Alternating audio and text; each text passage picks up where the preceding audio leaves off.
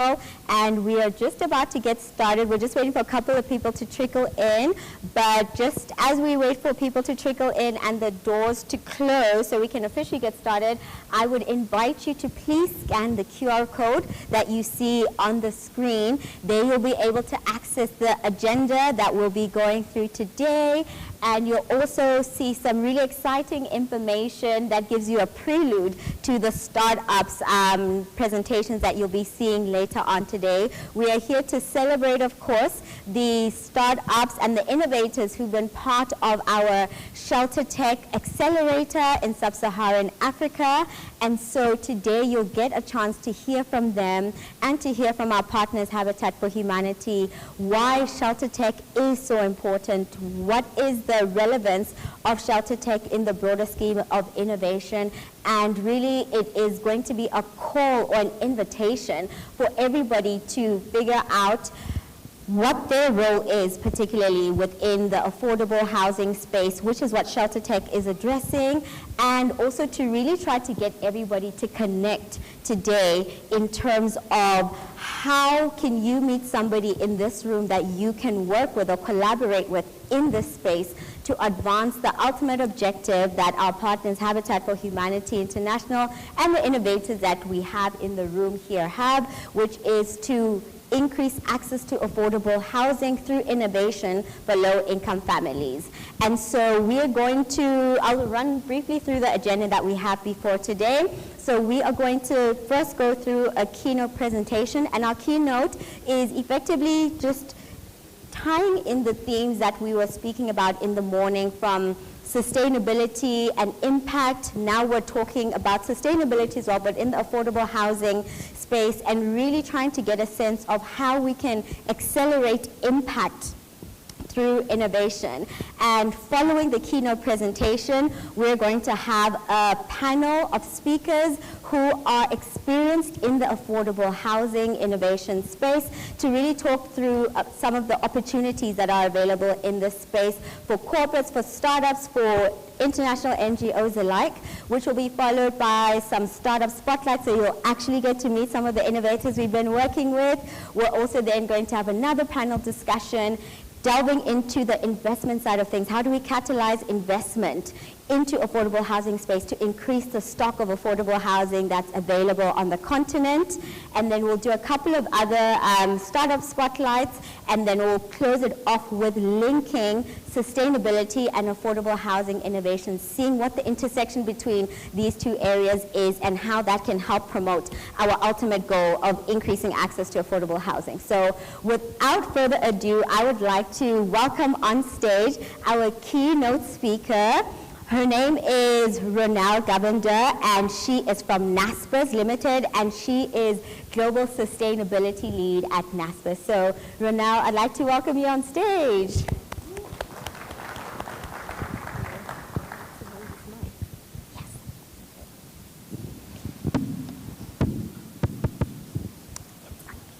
Thank you. Thanks, Bakang. Can you all hear me clearly? Okay. So welcome, everyone, and honored to be here today. Thank you, and looking forward to address you on this keynote on sustainability and innovation. So through this keynote address, I would like to highlight the importance of employing the use of innovation in order to achieve environmental and sustainability impact we as a continent need. The keynote is a call in action to all stakeholders to adopt a holistic view of sustainability, but putting together the practice of what they do in their businesses, their investments, and their impact creation. The earlier part of the summit, as Bakang mentioned, focused on environment and on circularity. The latter part will focus on affordable housing, and through this keynote, we hope to address the impact between environment and social impact. The keynote is to highlight the importance of collaboration between various stakeholders, and I'm aware that the early part of the morning consisted of a lot of collaboration, and that was the message that came across. How do we talk to our investors, build partnerships, how do we knowledge share, and embrace innovation as a general principle in order to meet our sustainable development goal targets? I will bring across a few themes as I go along the keynote. But what does sustainability mean, and what does that mean for the African context? Sustainability is a broad word, and it means various different things, but simply put, sustainability is fulfilling the needs of the current generations without compromising the needs of future generations, while ensuring a balance between economic growth, environmental care, and social well-being. With rolling blackouts that have plagued the country, and that a lack of energy access suffocates the continent's economy, which, as you all know, results in diminished growth compared to other developing nations in the world. And as the African population rapidly increases, the demand for reliable energy increases, secure jobs increase, thus sustainable future will increase. While climate action is vulnerable to Africa and is a key development challenge, we must focus on the opportunity. And we do have the opportunity to prosper into inclusive growth in Africa. We have opportunity to identify value chains and to build production of high value added goods. Africa is well positioned for renewable energy. We have access to land, wind, solar, renewables, and we also have the opportunity to capture opportunities, carbon capture opportunities through our soil. We have opportunity to transform to the green economy because more jobs can be created through renewable investment other than fossil fuels. Africa has the youngest population in the world, and we must recognize the potential of our youth in driving change that the continent needs. It is therefore our duty to invest in the future of today's youth. Technology will play a central part to transforming African economies, creating jobs and boosting growth.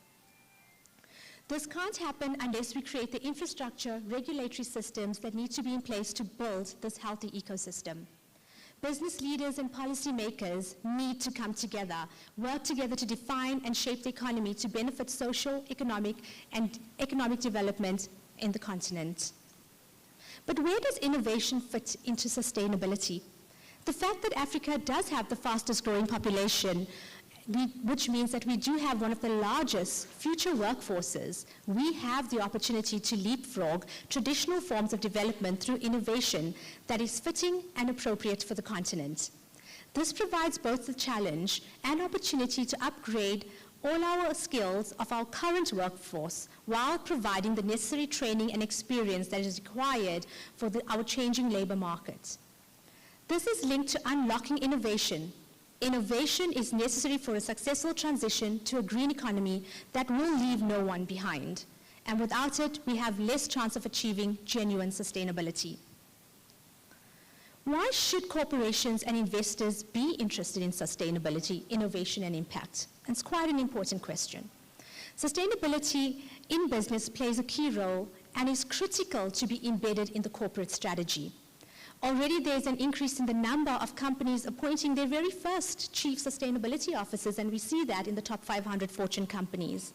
Giving importance to sustainability is essential to meet investor pressure, consumer demands, regulatory requirements, talent acquisition, and increased productivity. And what is sustainable investing? This is investing in companies that prioritizes environmental stewardship, social responsibility, and good governance, also known as ESG investing. One approach to sustainable investing looks at a company's ESG rating and overall sustainability impact, but this actually balances ESG risks with potential returns. Other sustainable investors use a discretionary approach to filter through to companies. And there are certain criteria that don't quite meet this approach, such as fossil fuels, weapons, nuclear power, tobacco, adult entertainment. These are seen as controversial products that investors don't necessarily look into. Sustainable innovation and impact provides a roadmap to many critical pathways of positive change, such as societal success, including investment innovation and impact strategy considerations. When companies engage in sustainable innovation, they do not merely look only at their own organization, but they look more broadly. They look at their natural environment, their stakeholders, and the communities they invest in. Lastly, what has NASPA's experience been in committing itself to pursuing sustainability in its investments? As NASPAs, we see technology as central in driving inclusive economic growth in Africa and beyond, and enabling changes necessary to facilitate youth development.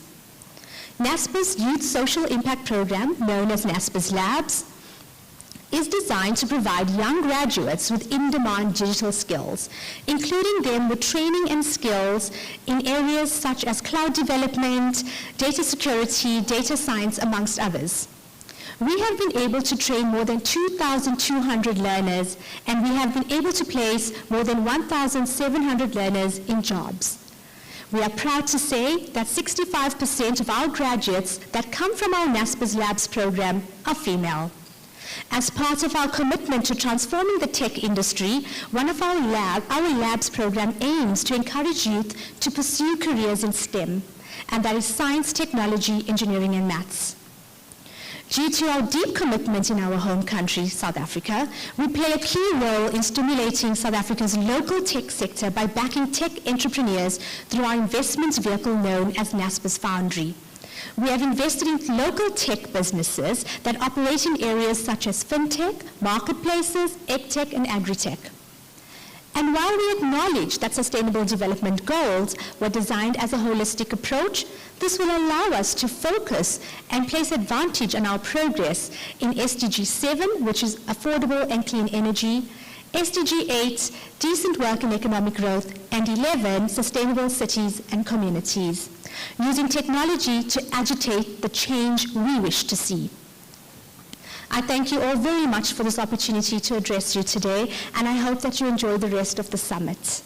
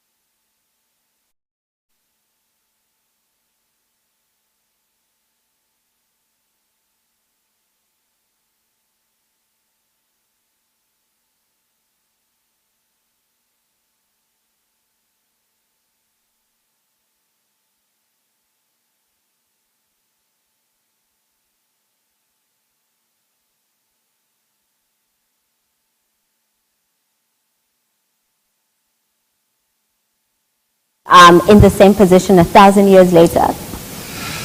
Yeah, so, I think it's a great question. One of the things that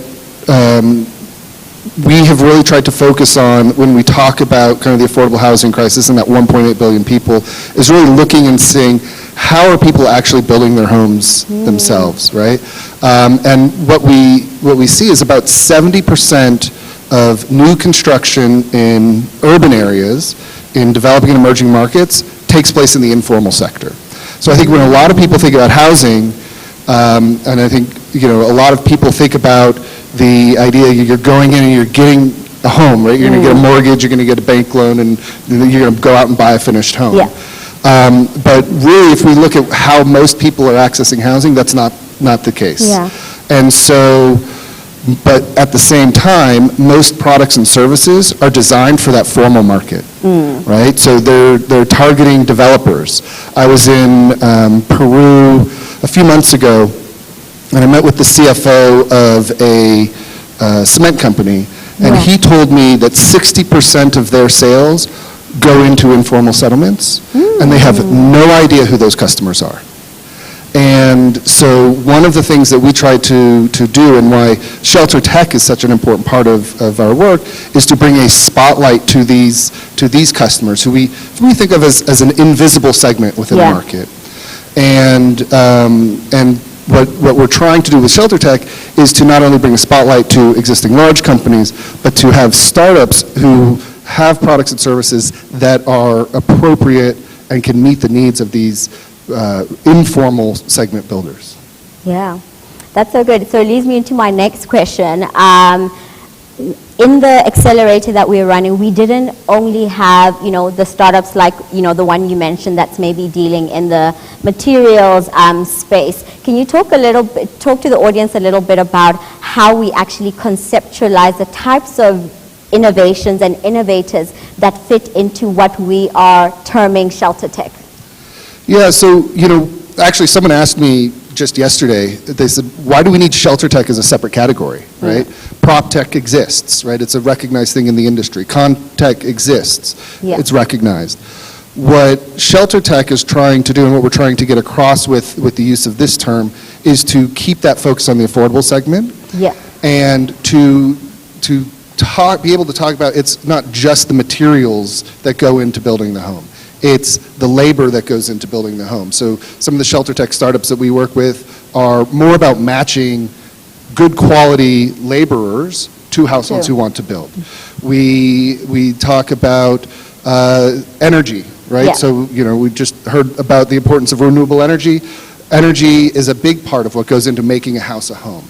Access to high quality, clean sanitation and water, another thing that goes into this, right? Financial services. We have a lot of different types of financial service companies who have products, again, that are developed and targeted at the affordable market, as well as the formal market, right? Yes. We often say you have to hit both, but if you want to hit the affordable market, you need to be intentional about that. So it's a cross-cutting theme. Yeah, I like that. So it's basic cross-cutting across the housing value chain, but also across the sectors that we could consider adjacent to housing, just by virtue of what homes need and what homes require to become homes and move from structures to the idea of a home, right? Yes, exactly. Yeah. Awesome. So Scott, I have hijacked much of your presentation. Is there anything you would want to cover, you wanted to cover in your opening and welcome remarks that Okay, it's time for your presentation. It's time for my presentation. Well, I think I've covered a lot of it, so I will go through it very quickly. There are a couple of points that I probably do want to hit. I don't know where the clicker is. I mean, I think, well, while they're getting it up, I do think, I often, I think, knowing my next slide, so a lot of people, when they hear that I work for Habitat for Humanity, the first thing that comes to their mind is volunteers who are going out and building homes directly. And I think that's a big part of who we are as an organization. Yeah. And it will always be that. But as I said, we can't do this alone, and that's really what led to the creation of the Terwilliger Center and the focus on housing, right? This is just an example of the way that 1.8 billion people live, right? I mean, many people live in homes just like this. So you can see the poor quality construction, the lack of a high quality roof. Yeah, I'm sure safety is a big consideration and risk. Yeah, exactly. And so, yeah, if you think about a house like this that's in an earthquake zone, right? Yeah. Then the challenges that those families have and in terms of being able to have a safe place to call home are huge. The other, I guess this isn't working, but the other piece that we are really intentional about in ShelterTech is a focus on sustainability, right? Yes. 75% of infrastructure in developing emerging markets that will be built in 2050 are going to be built from now. It hasn't been built yet. And if we are not intentional about the sustainability of the way that building happens, then we're not going to be able to meet our climate goals. We're not going to be able to maintain an environment, because construction is inherently an extractive industry. Oh, and so, absolutely. So that's one of the things that we're looking at. I've already talked a bit about how ShelterTech originates, why we need it as a special category, but really it's all of the products and services. So next one. Don't think. The other piece that I think it's important to recognize is housing and shelter cuts across many, many different sectors. So we see ShelterTech as hitting 15 out of the 17 Sustainable Development Goals. That's a pretty important statistic for, corporations and organizations who are saying they want to contribute more to the SDGs, but, there's a narrative around, we don't know how to do it. Yep. So this is an entry point. Exactly. And it's also an under-recognized entry point, right? So if we look at the size of sort of just impact investing, right? So there's over $1 trillion in assets under management. Only 8% of those assets are allocated to housing. And this is despite the fact that if you think about what are the 3 basic needs that people have, it's food, clothing, and housing. Shelter. Yep, exactly. And so that's one of the reasons that we are really focused in this space. Habitat ShelterTech platform, we do accelerators like the program that we're going to be talking about today, but also, we have a whole host of different ways that we interact and support startups, through investments, through catalytic funding, through different types of events that we hold. We so far have mobilized over $8 million. We've improved the lives of over 500,000 people just with the startups that we've supported and worked with.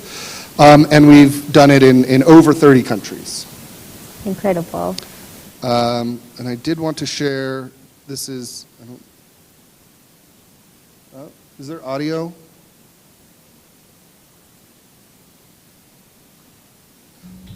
Hola, mi nombre es Daniel Rivera, CEO y co-founder de CoBuildTech, una constructech donde desarrollamos viviendas de rápido armado accesibles para todas las personas del mundo que necesiten una casa. Quiero mandar unos saludos súper especiales a ShelterTech Accelerator Sub-Sahara África y a todos los asistentes del evento. No dejen de soñar, no dejen de innovar y de seguir adelante.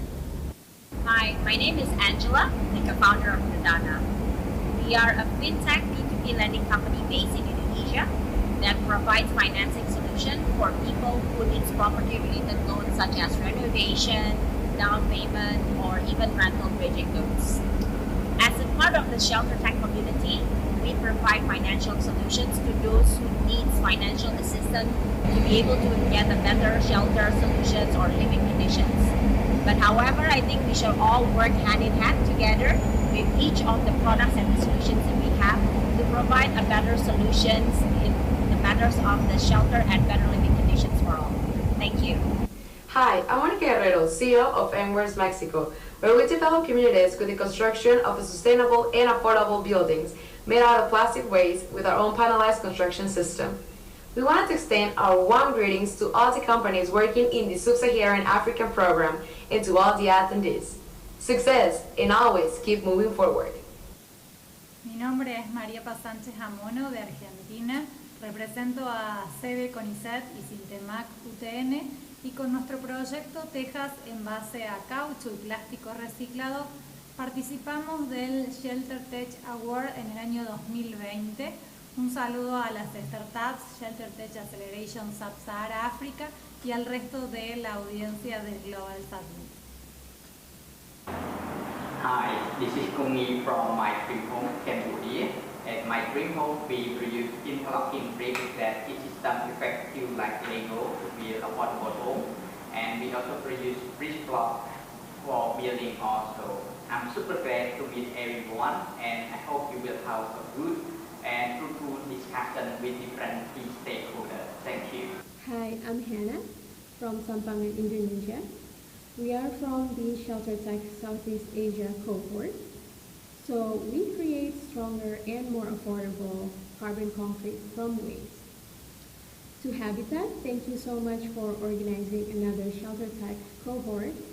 And for all of these startups, good luck and all the best to you. Hi, my name is Boniface Nalwal. I'm the co-founder of The Village, a company that provides co-living, affordable co-living spaces for African young population. We're currently based here in Kenya, and we were part of the Sub-Saharan Africa Accelerator, the first cohort.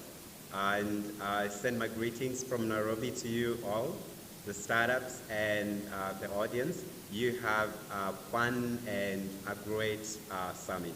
Thank you.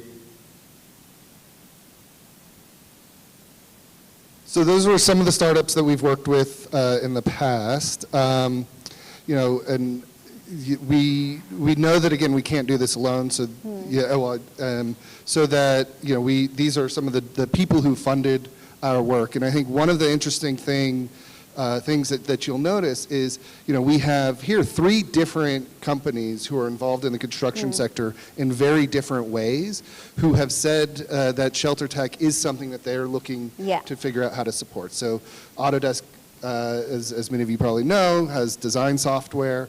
Dow is a chemical company that provides chemicals to the construction industry. Hilti Foundation is a tool company. So all of them are coming from different angles, but all of them see affordable housing as an important, as the next frontier, as an important thing to do in order to achieve their impact goals. And then we do also recognize that we can't do this alone, and so these are some of the various anchor partners that we have worked with in many of the different places. These are some of the accelerators that you're going to hear from this afternoon, which we're really excited about. But I'd also like to take a moment to recognize Plug and Play, because, you know, they're obviously the anchor for this accelerator that we've been running, but also, you know, this idea of, like, we can't do this alone is so important, because you know, one of the things that really attracted us to wanting to work with Plug and Play is your willingness to explore ShelterTech as a potential vertical within your sustainability pillar. So something that we're really excited about, and we are looking forward to continuing to work together to figure out how to support that. Absolutely. So today, what I'm hoping that we all get out of this is that you will learn more about ShelterTech, why it's important, think about what your role is in the ecosystem, and to try to make at least one connection with someone that you want to try to work with this year. I think that's reasonable, don't you guys? Just one person? Please let's give it a hand for Scott. And thank you so much, Scott, for being flexible. If this is an innovation and like quick thinking, I don't know what is. That was great. Thank you so much for joining me, Scott. Okay, great. So up next, we are going to have a welcome, a local welcome, let me call it that, from Khotla Banzi. Khotla, if you can join me on stage. And Khotla is the board chair at Habitat for Humanity South Africa. And he has very much been the presence that's welcoming us here in the context of Habitat. And I'm going to give it over to you. Okay. Yes. Am I also going to sit down? Okay, so you know, so not to make, so I don't make it awkward, let's sit down. Yeah, it's much more relaxing. Let's sit down. Okay. This one? Okay, you can keep that. Okay, thank you very much, Bakang, and good afternoon. I'm told that we've got at least over 6 countries represented under this roof. So just to make you feel welcome, I'm going to greet you in one of the languages in South Africa. And by the way, we've got, okay, let me do this quiz. And those who are from South Africa, please don't answer. And then those who are not from South Africa, please don't Google. Can you guess how many languages, official languages we have in South Africa? Can someone guess?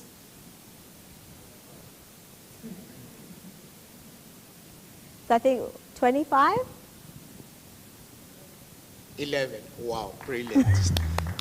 You've done very well for an after-lunch session. Oh, absolutely. Very engaged. So one of the languages in South Africa is Sanbonani. Obviously, it's Zulu. Zulu is one of the most spoken languages in South Africa. So I'm going to also, just to get you participating, can I have someone from Kenya to just say hello to all of us in one of your languages? I see Jane there. Jambo. Jambo. All right, Malawi.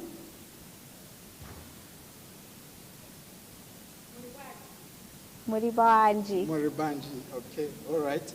And then I know we've also got someone from Nigeria, the most populated, am I right, country on the continent. And I'm told that by 2050, you would have overtaken the US in terms of population size. So you're a big deal.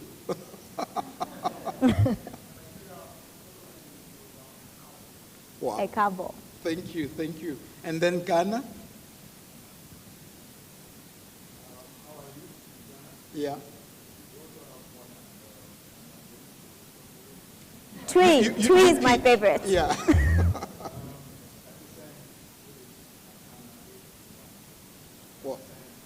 Wow, thank you, my brother. Ethiopia. Oh. Hi there. Okay, thank you. Is there any country I've left out? I noticed that we do have Switzerland. Can I guess is that German? Because you speak German as well in Switzerland. Okay. Are we leaving anyone out? I mean, I'll monopolize for Botswana and say Dumelang. Dumelang maitsu. Dumelang. Thank you. Colleagues, thank you very much. I want to thank you, by the way, and the organizers for giving me the easiest job, and that is just to say welcome. I just want to wish our panelists who will be coming after this all the success in terms of the deep discussions. Those are the real thinkers. I'm just doing the easy stuff of saying welcome to you. Colleagues, it's very clear that we are coming here to, on a more serious note, to address one of the most challenging and almost seemingly intractable challenges of our time. This is not a surprising stat. Scott has mentioned it, about 1.8 billion people around the globe are inadequate housing. Right here in South Africa, I'm told that about 12 million people are in dire need of decent housing, of shelter. Just to put this into perspective, this is more than just about bricks and mortar. It's about health, it's about education, it's about security. And most of all, in terms of the intangible but yet such important aspect of it, it's about dignity, it's about hope. Absolutely. So we are here to, to address a very, very serious issue and so forth.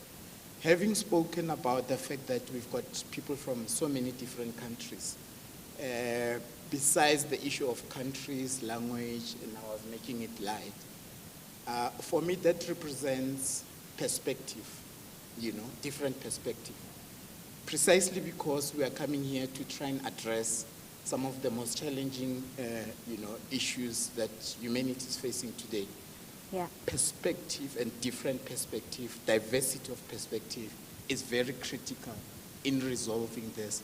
So I think we should really, really embrace that. Yeah. We've got innovators, we've got academics, we've got investors, we've got development activists here, and all of those perspectives are critical in trying to address this challenge.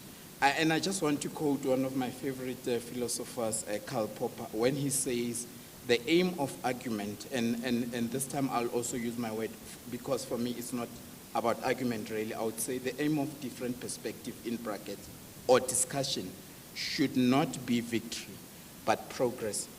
And I really hope that these discussions will lead to progress, not just in terms of knowledge production intellectually, but in terms of practice, because that is what we're about.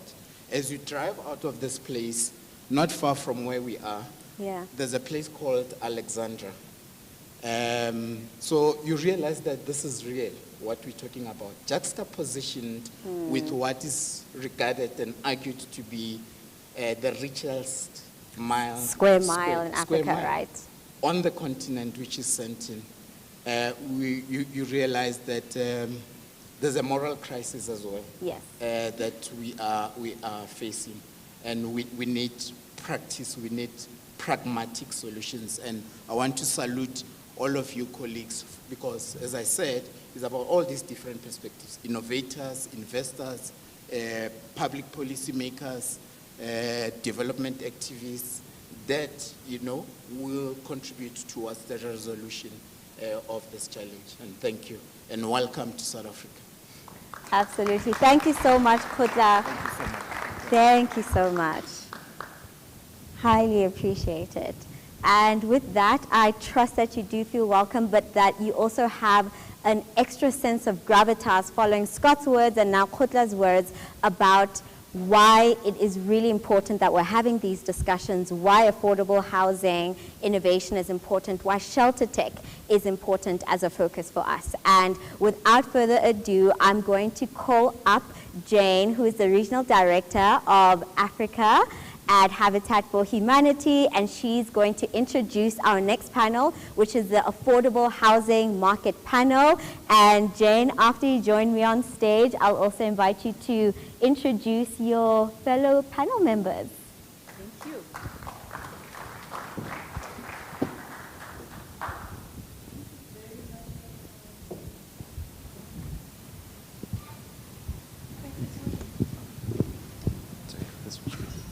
Can you hear me? Oh, that's better. Thank you, Bakang, and thanks, Scott. Thanks, Kotla. I come in and walk into the very big and large fit, but we probably are going to have a lovely time because our conversation this afternoon is going to be on affordable housing and really beginning to explore how tech and innovation is improving livelihoods.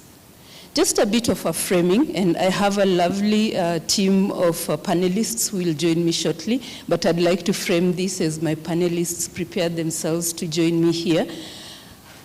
Housing affordability is a big issue in Africa, and no matter how much we continue to build, we know that affordable housing continues to be a huge issue. I will not bore you with the statistics again, because we all know the numbers. But how is it that low-income households continue not to be able to afford housing? When you get into the finance world, the mortgages shut them out. Even when they can afford to build their homes and houses, they are not decent. How do we address this existential challenge for Africa? How do we ensure that going forward we don't just talk about affordable housing, the deficit, but then we are able to say in the next 5 or 10 years that we've actually been able to improve the livelihoods of the people of Africa, the poor people of Africa, and now they are able to afford housing. This is one reason we have ShelterTech, because we believe as Habitat for Humanity that startups are quite disruptive in the kinds of innovations and solutions they bring on board, and that begin to address this challenge of affordable housing in Africa. Why? Because it's more than the building. It's about jobs. Like the chair said, it's about health. It's about the process towards the house. And this afternoon, I'm joined by a very amazing team of panelists that I will call up here to support me in discussing this challenge. So I have Manka Sebastian, Portfolio Manager from Sanlam. Karibu. Welcome.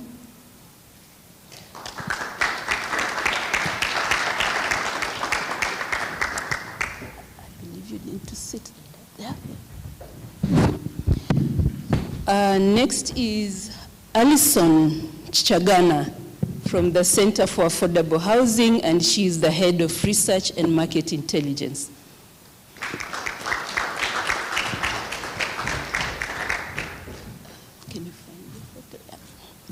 Next in line is Desigan Chetty, Chief Operations Officer at Property Point.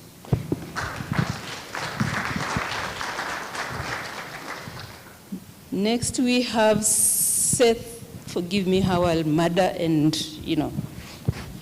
that name, Maketuka. He is the board chair, Habitat for Humanity in South Africa. And last but not least, we have Jennifer Mirembe, Senior Research Associate, University of Johannesburg.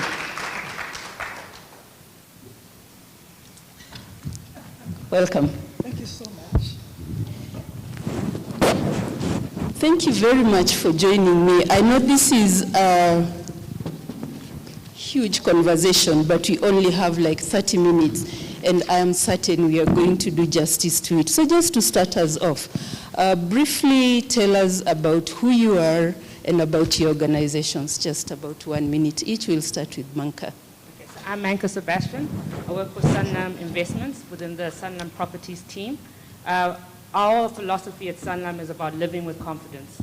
And that ethos pretty much underlines everything we're trying to do in terms of creating a space where people can actually reach their highest version of themselves through property, through investments, and through impact. So that's the 1 minute for me. Thank you, Manka. Alison? Hi, good afternoon. It's nice to be here. My name is Alison Changana. I'm with an NGO called the Center for Affordable Housing Finance in Africa. We're based here in Joburg, work across the continent. I'm the head of research there, and essentially we do research and advocacy, trying to promote investment in affordable housing across the continent. So both in terms of thinking about research and understanding the market, and also engaging with investors and governments. Thanks. Thanks, Alison. Hi, good afternoon, everyone. So I'm Desigan Chetty. I'm the Chief Operations Officer at Property Point. So Property Point is a small business incubator accelerator that's been around for the past 15 years. We operate across the built environment in South Africa, across the construction sector and the property sector. And our main drive is around working with small and growing businesses to be able to capacitate them and to enable them to access market opportunities. Thank you. Good afternoon, colleagues. Seth Maketuka is the surname, because I'm sure you missed the surname when she did not want to even venture there, you know. Yeah. Okay. Anyway, I'm the board member, not the chair, in Habitat for Humanity, operating here in South Africa. I'm also the chair of the subcommittee for programs within the board. And so I am supporting the Habitat for Humanity in various projects that I would be, explaining later on. When I'm not in Habitat, the work that I do, I'm also involved in a program called the City Support Program, of which I'm a human settlements specialist. I'm supporting the 8 metros in South Africa on various programs, including informal settlements, upgrading, small-scale rental, and also looking at various areas of affordable housing as well. Thank you. Thank you, Seth. Thanks, and good afternoon, everyone. My name is Jennifer Mirembe. I also do 2 things. First, I'm with government. So what does government do? We serve all South African citizens. I'm with human settlements. So my portfolio is, I oversee the innovation part of it, innovation technologies. So we ensure that the innovations, first of all, they're happening, they're modern, they're moving, and they're relevant to the South African community, right? Okay, then after that, involved in academia with the University of Johannesburg, and I do exactly that. I focus on urban health, which is basically taking innovation and ensuring that people living in cities have a healthy life. For instance, if you innovate a brick, it must be healthy for the community. So that's urban health and innovation as well. Thank you so much. Thank you so much. And we'll just dive into the conversation, and starting with the Manka. Why do you think ShelterTech is important? And what would you share as your vision for ShelterTech? So I think today's been a blessing, firstly, for all the startups who have come through and exposed us to what's possible. And when I look at the property cycle and I look at how you go from a vision to the actual execution, ShelterTech has the potential to shorten that whole developmental cycle. And the reason why we have such large shortages of housing is and that's part of the problem. So why ShelterTech is important is that, and I like the definition I think Scott gave, we have to distinguish between PropTech and ShelterTech. Because ShelterTech is focused on providing housing to people from lower income. And ShelterTech, when you think of it, and that dignity is the biggest part for us. Because when someone has a space that they can be with in dignity, then they can be their best self. And then they can contribute to the economy. And that's what ShelterTech at the end of the day means for us. It means unlocking all the growth potential that we have sitting in informal settlements, that we have sitting in townships, because we then allow people to focus their mental energies on making changes, on making differences. So my vision for ShelterTech is it helps us declutter the process of developing housing. It helps us reduce the time it takes for regulatory approval.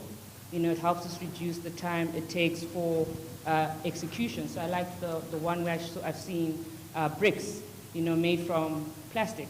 When you look at that, yes, it's recycling as well, but when you think about the knock-on effects for the users, the amount of effort spent to heat up their home is reduced, which puts money back in their pockets. So we start thinking about the long-term effects of what ShelterTech then enables people to do.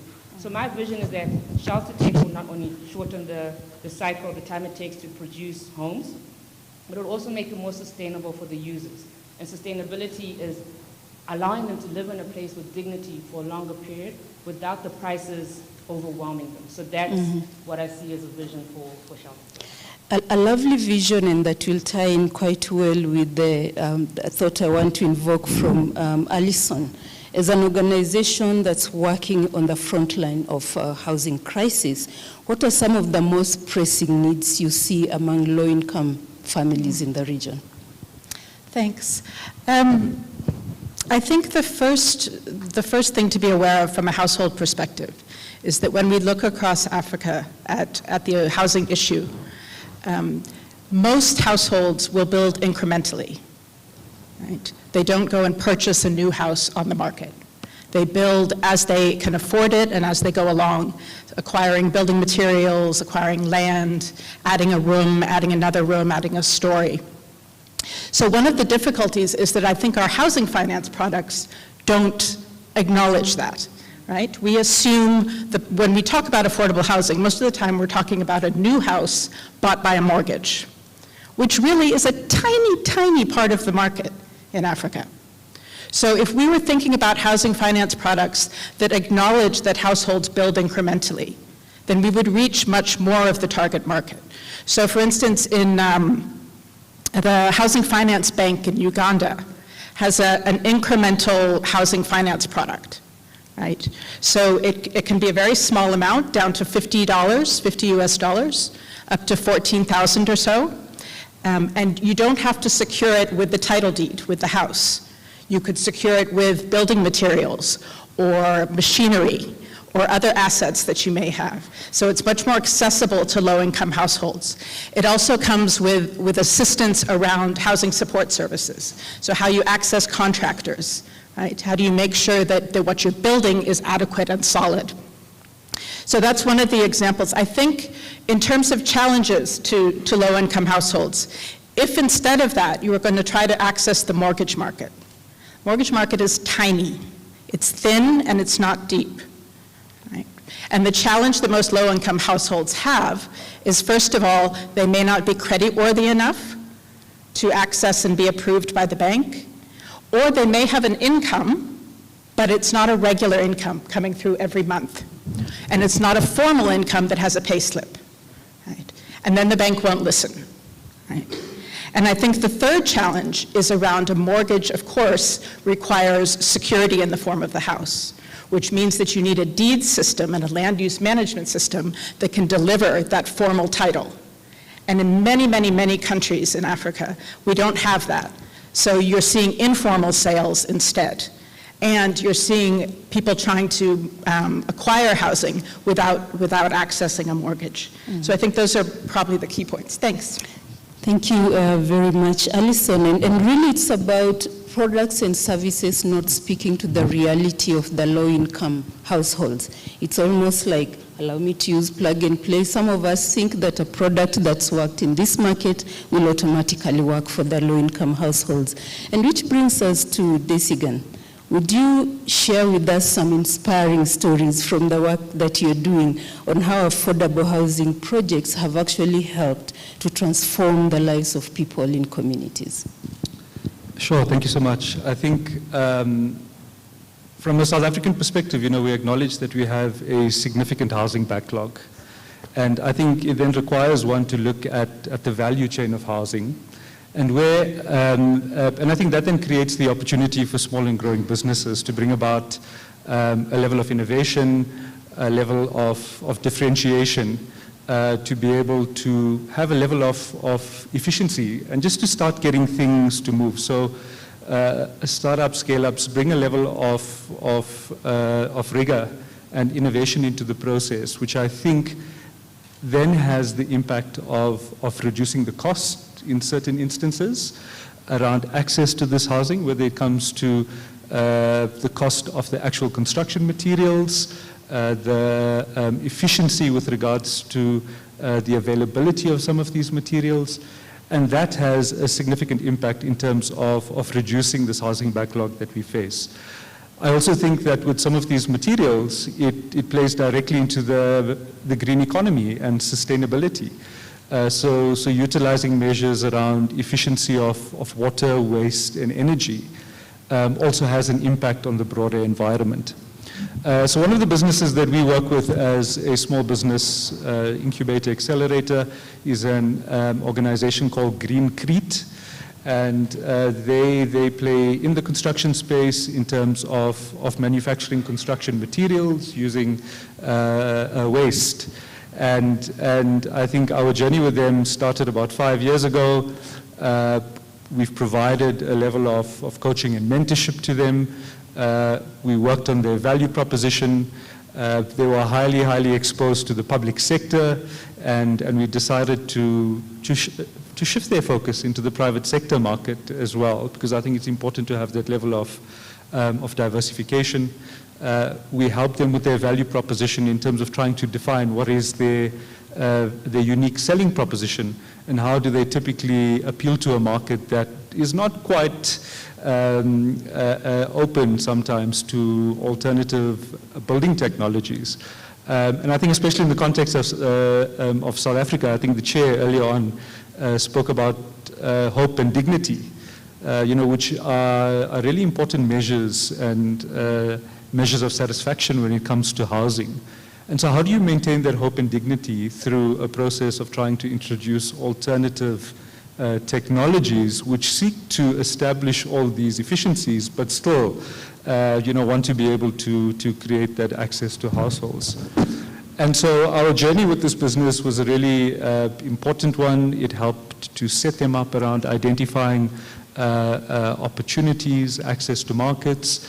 And I think one needs to do it in a way that is very human-centric. So you've got to understand the needs of the people that you are solving for.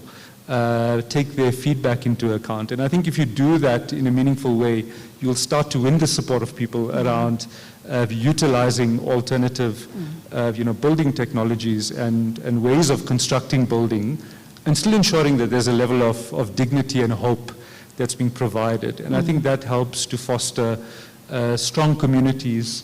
It helps to encourage communities to be able to believe that they are able to play a meaningful part in the economy. And by ensuring that some of the basic services are in place, it gives them hope, and it gives them a means of really becoming better versions of themselves. Thank you. So just a little, anecdote. Thank you very much. It's about giving communities a sense of hope and dignity. And Seth, to you, How is your organization working with others in the sector, be it private or public, to ensure that you increase access to affordable housing for the communities? Thank you. You know, as Habitat for Humanity in South Africa, I mean, one of the, I would say, key pieces that is driving our process, the first one is that of putting people at the center of everything that we're doing. And so we strongly promote a people-centric housing delivery process. And then secondly, it's really about partnerships. And not just any kind of partnership, but meaningful partnerships when it comes to housing development. What do I mean about that? Sometimes we just call meetings and invite people to meetings, and so we say that is a partnership. A meaningful partnership, it's when people are given real choices. They can decide, they can make decisions in terms of the type of house that they're looking for, the material that must be used, to build their houses, the financial modeling that must be followed. Do they want to save also, in that financial arrangement? And so that becomes meaningful in a way. And so linked to that, it's really about, participation. By participation, basically, then, referring to participation between people, households that are involved in the housing delivery process. One of the problems or challenges that we faced when it comes to housing, especially in our country, which as Habitat for Humanity of South Africa, we're trying to address, is this whole notion of referring to people as beneficiaries. A beneficiary is someone who just sit back and expect or wait for something to be delivered to him. We're really trying to change that mindset, where our first partner in our value chain, it's the household themselves. They become our partners in the housing value chain. Mm-hmm. And so in terms of the type of houses, the type of material that must be used, whether we go for alternative technology, they become very important in that process. And in that regard, I mean, if you look at a project in KZN where we've got what we call an enhanced people's housing process, we've got basically the people that are involved in the housing delivery process through using their sweat equity, through using their materials, they are involved in the decision making, in building houses and partnering with the local contractors. But of course, the other partner that is critical in the process, it's the government itself. And even with government, we've got central government, we've got provincial government, and we also have got, local government, especially, metropolitan municipalities. Whilst it is important from a policy point of view, program point of view, that we engage, and we are engaging, especially from a policy point of view, with central as well as the provincial government. But where things really matters is at the implementation phase. And so we're working very hard in partnering with municipalities and with metros regarding the projects that we are, implementing. And so we partner with government regarding, grants that they offer so that the whole development becomes a partnership, a process. We also advocate for change in terms of, policies as well, because we, as Habitat for Humanity, we believe that our business is not just about just building a house, but we're building homes. It is about building sustainable communities.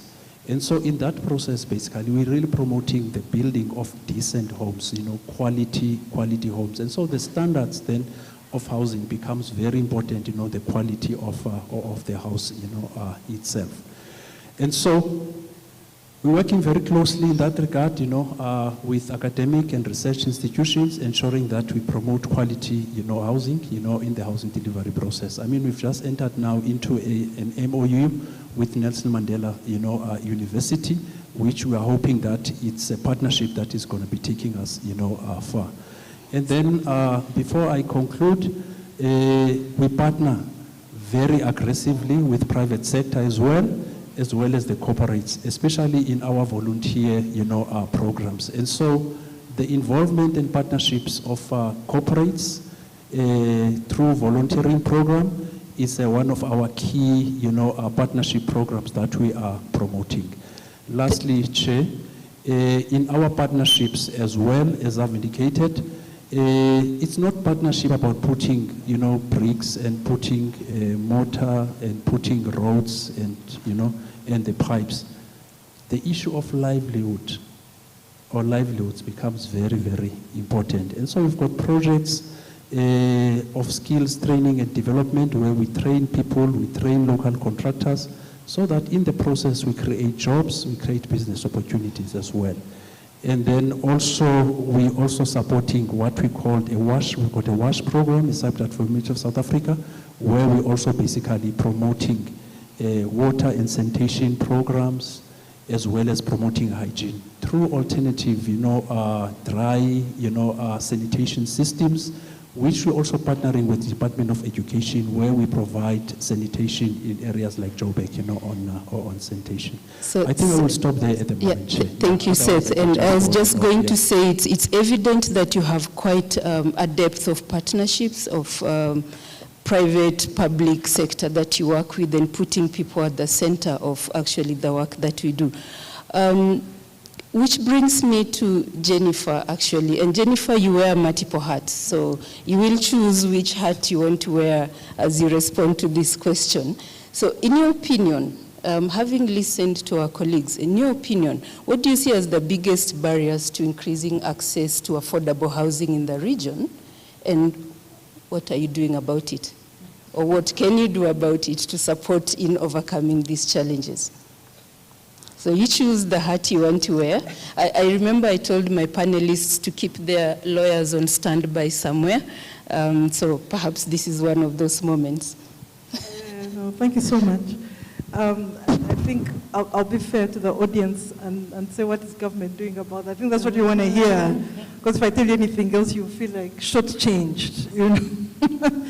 Okay, so what is, no, not government actually, what is the National Department of Human Settlements doing about increasing access to affordable housing? I think that's what you want to know. Now, we've got a number of programs in the department, and each program runs independently. Like Seth is one of our key stakeholders. He's very key in terms of the upgrading formal settlements. So there's so many things that happen, but one of the things, maybe just to simplify it for us, is the following of a systematic approach: planning, budgeting, implementation, monitoring, right? I know you're giving me that look like yeah, we've had that all before, but seriously, the way we plan, for instance, we've got if we look at the projects that we deal with in the South African community, we've got a 5-year plan, and then we've got an annual plan. Now, what happens is that in the annual plan, we're able to see what projects will be built that year and when, and that these projects are funded. Now, during the 5-year period, there's also what we call the 3-year period, the annual period that year plus 2 outer years. So what we do during that financial year, we look at the projects that are going to be built in the next 2 financial years and make sure that they don't have hiccups. Things like environmental impact assessments have been done, the land is available, it's owned by government, it's got infrastructure, it's got services. We comb out all those things. Now, projects that don't meet that tick box are removed out of the pipeline. So what we do, where we spend a lot of our energy is to ensure that all the projects that we are funding don't have any hiccups in them, such that they can be built. Now, there are things that obviously happen in year. For instance, when the pandemics came and then the contracting had to be stopped for contractors, construction had to stop. That was really something that just happened. But also you find that this is where the public now feels like government doesn't do anything, where we have actually given the work out to contractors, and the contract company itself faces problems. It goes under liquidation and things like that. While at the beginning of the financial year, we had all the intention and we'd really screened the contractor. So because now the contractor cannot continue with the construction project, it becomes what we call blocked. So no construction happens. So what we're doing is that we're increasing the screening process before we fund projects, right from the contractor who takes up the work to the pre-planning processes, to the funding, what gets funding, and then every month we monitor. We check what's the progress we're making against what was the target. I think that would be the simplest thing. Thank you very much. Answer. Thank you very much, Jennifer, and thank you for indulging us to speak from a government perspective, because that is something that we all want to hear, like how can government support? And something that we probably touched on a bit in a quick conversation we had yesterday. What are some of the tangible incentives? And I know we only have 5 minutes left for this panel, so I want us to give like 30-second responses to this second round of questions. But what are some of these tangible incentives that government can put in place, or an example of what the government in South Africa has in place to actually stimulate affordable housing that touches on livelihoods? Just 30 seconds, please. Thanks. I think calling it an incentive, I think, coming from government, I think wouldn't be an honest thing, because it means we've appointed you to undertake certain work, and then after that we must give you chocolate for doing that work, right? Yeah. I mean, if we've appointed you, we've paid you, do the work, right? But maybe let me use this opportunity to speak to private sector. What we want private sector to do is also to be honest with government. If you are a company that cannot build, please say you cannot build. If you don't own a company, say you don't own it. Don't front, right? Don't lie, don't front, don't be dishonest, because we don't have time to do the back and forth. So, because we do screen, but in the event that anyone in private sector, you know your own capacity, you know you cannot construct 20,000 houses, just be honest about it. So we really need to be honest about what we can do and what we cannot. Be honest with the capacity of your company and your paperwork. Okay. Because we don't have time to track you down, fraud, hoax. That's wasting the citizens' time. Not yet. Yes, because we as government, we have funding, and we do fund projects. Okay. Right. Great. Manka, you spoke about your vision for ShelterTech going forward. And I wonder, just in 30 seconds, could you tell us how you see the housing landscape evolving in the coming years, and what role you see your organization or company playing in that evolution? So I think Jennifer's touched on it quite a bit in terms of there's a need for social contract between government, between the community, and between private sector. And what that social contract then means is that everyone from the ground up is involved in the process. And I think how I see it evolving is that I see South Africa and other emerging markets learning from other countries. And I use Kenya, for example, where they have SACCOs, which is a co-op of saving. And it allows people, part of that community, to use that co-op to do development. You know, how I see it evolving, I see people coming together more to actually start doing a lot more of their development, incremental housing, you know, and I see that evolving. From an institution and from a Sanlam investment point of view, what that means for us is that when we see everyone coming together and the social contract is being honored, it then allows us to come in as an aggregator.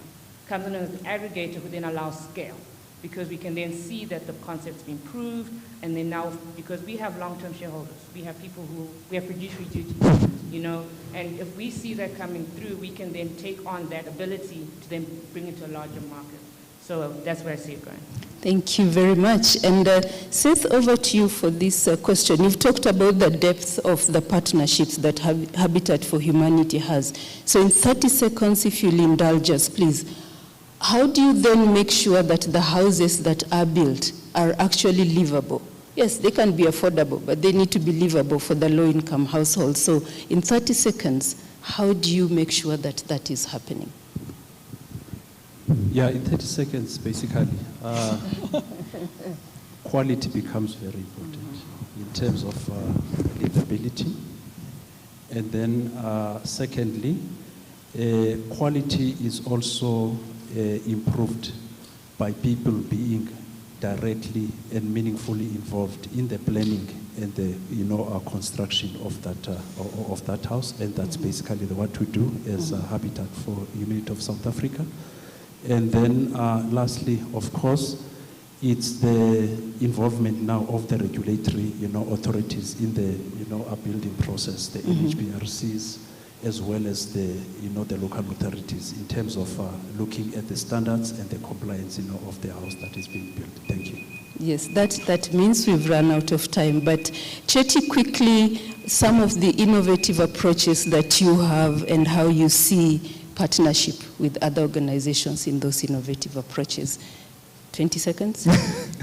Okay, yeah, thank you. I think for me, it's really around partnerships. And the reality is that not any one stakeholder can achieve all these objectives. So whether it's, the financial institutions, investors, entrepreneurs, I think all of these elements need to come together in a very meaningful way. And ultimately, at the end of the day, unfortunately, I used to be a former banker, and we speak about it in the context of risk. So who are you mitigating the risk for? And I think through a partnership approach, that's the most effective way to do it, to make sure that everyone is getting what they want out of it.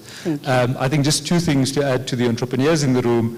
It's also then around building the reputation in terms of what Seth said, in terms of the credibility, and it's then around building relationships, because at the end of the day, people do business with people. Great. And that's how I think then technology becomes an important enabler to be able to scale that approach. So unfortunately, it's not rocket science, but I think if we all work together effectively, with a meaningful outcome to create sustainable impact, we'll have a lot more Thank you. Certainly very difficult to have my panel give their responses in 20 seconds, but I'll try with Alison. Because I just want to check with you, Alison, what would be your advice to all of us who want to get involved in the affordable housing space to make real difference? I think it would be two things. The first would be that we need to segment the market. We need to understand the different layers of the market and the needs of each target population, and then adapt both housing products and typologies that fit that need, as well as housing finance products that will connect the supply to the demand. And then I think the second issue is around making sure that when we engage in affordable housing, we engage in the entire value chain. Right? So we tend to just focus on affordable housing developers that produce, in South Africa, the example would be an affordable housing developer who produces something with the government subsidy that's 4,000 units. Right? So, but what we need to be thinking about instead is all the other steps along the value chain that enable the process, and the other delivery mechanisms such as small-scale developers as well. Thank you, Alison. So it's about segmenting the market, getting to understand the market, engaging the entire value chain, partnerships, understanding, yes, there's risk, but what can you do about it? Working with government and really being honest about what we can or cannot do as private sector. So I want to give a really big thank you to my panelists, and please join me in thanking the panel. I can't hear you clapping. And then thank you very much to the audience for listening and indulging us. Unfortunately, I am not able to take any questions, but feel free to reach out to respective panel members. Thank you.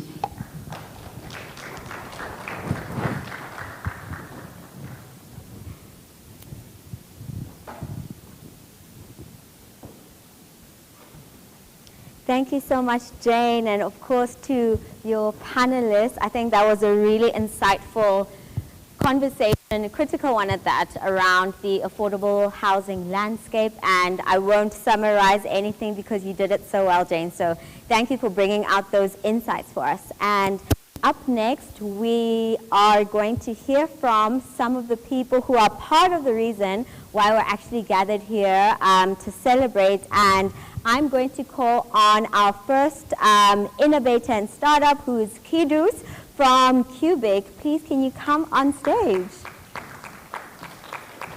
Fantastic. So, Kidus, the stage is yours. Please present.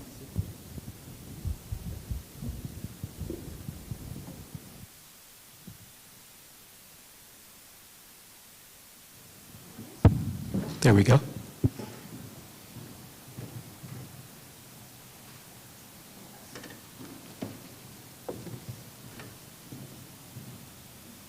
All right, super. Thank you everyone for taking the time. My name is Kidus Asfaw. I'm the co-founder and CEO of Cubic. I'll take a bit of time to tell you how we are building dignity through clean and affordable living for all. Who has heard of a trash avalanche? All right. So I did in 2017. In Ethiopia, where I grew up, there was an avalanche in the largest landfill there. It killed 115 people. I was working in UNICEF then, and I really scratched my head of how this is even possible. How can we have so much waste that it can come to a point where it harms? And as you can see from this picture, this is right before that avalanche. A lot of it was plastic, and I really started to scratch my head. Is there actually that much plastic out there? All right. And the answer was yes.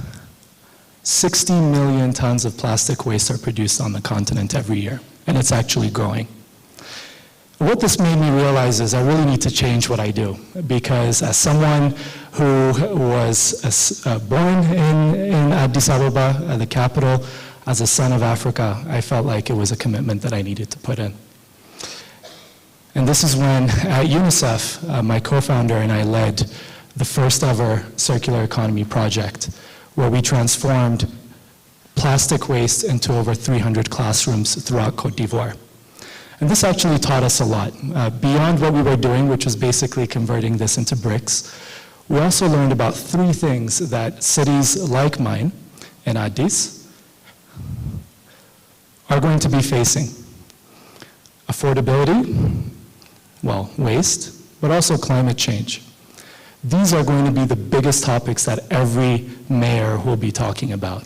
And these mayors are actually going to increase because there's over 70 cities in this continent that have over 1 million people in it.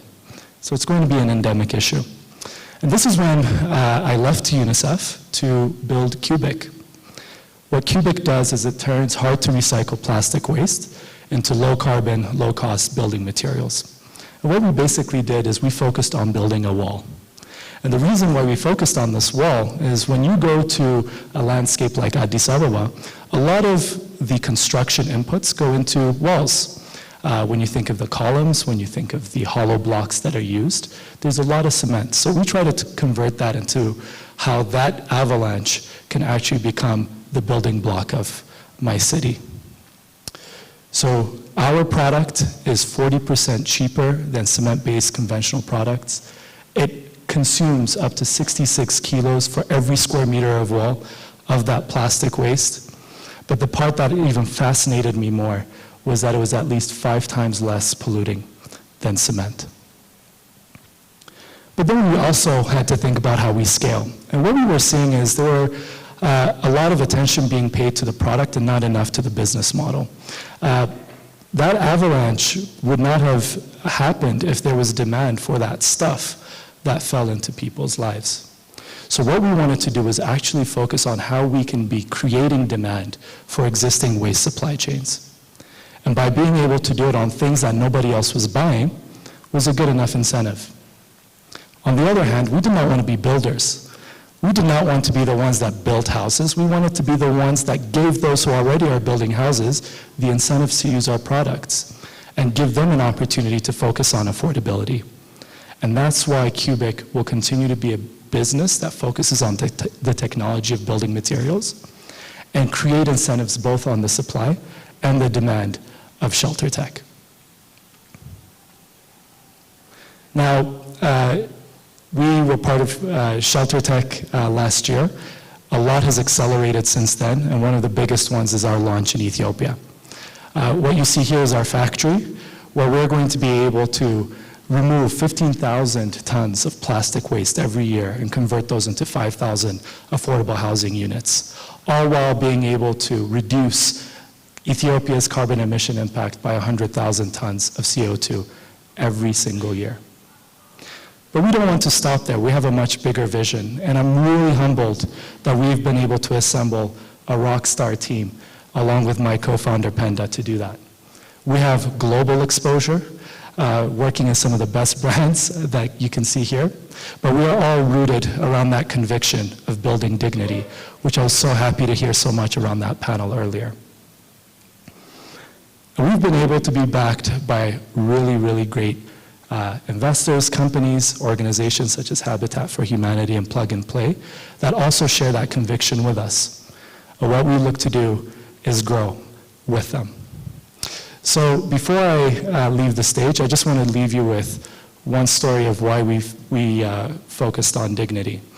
About 2 years ago, before starting Cubic, I went and visited that landfill in Koshe. It was actually my first time. I never knew it even existed, and I've lived in Ethiopia, in Addis, for over 20 years. Who you see here, her name is Marti. I ran into her. What you see on the top right is her house, and the trash that you see, that's her office. She's 23 years old, single mother of 2. And I just asked her, like, how do you feel living in this place? She said, that's home. I said, well, what can we change? And she said, well, I want to have the dignity to make a choice of where I work, where I live, and what type of house I live, or what kind of opportunities I give to my 2 kids. What clicked for us at that point was that Cubic actually stands for 4 pillars of how we can reimagine a city like Addis. It's how we can keep it clean. It's how we can provide dignified and affordable places to live, how we can be at the forefront of fighting climate change, but most importantly, how we can empower the likes of Marti to be the people that make that happen. Thank you so much for your time.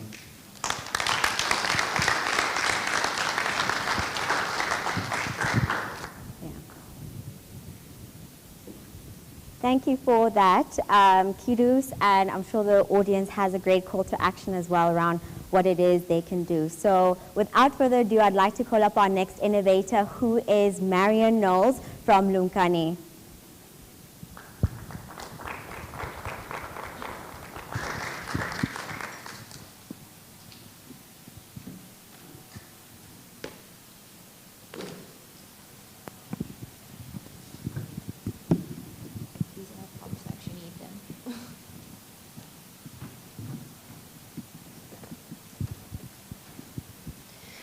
Hi everyone, I'm Marianne Knowles. I'm the COO of Lumkani, and thank you so much for having me here today to present our business. We're an insurtech that combines hardware and insurance to serve underserved markets, underserved mass markets, and we're currently based here in South Africa, hoping to expand into sub-Saharan Africa in the next few years. So, 1 in 4 people will be living in an informal settlement, according to the UN, by 2030. That's 7 years away. Can you imagine 25% of the world's population living in inadequate housing?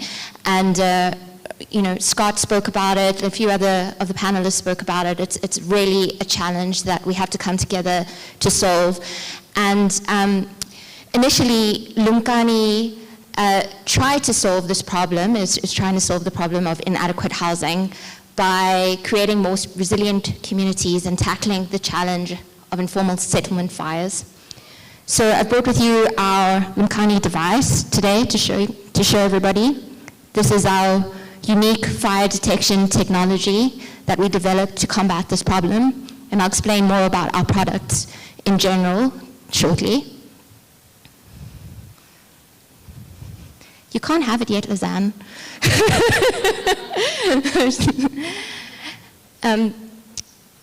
In exploring this challenge of informal settlement, this thing is changing without me pressing anything.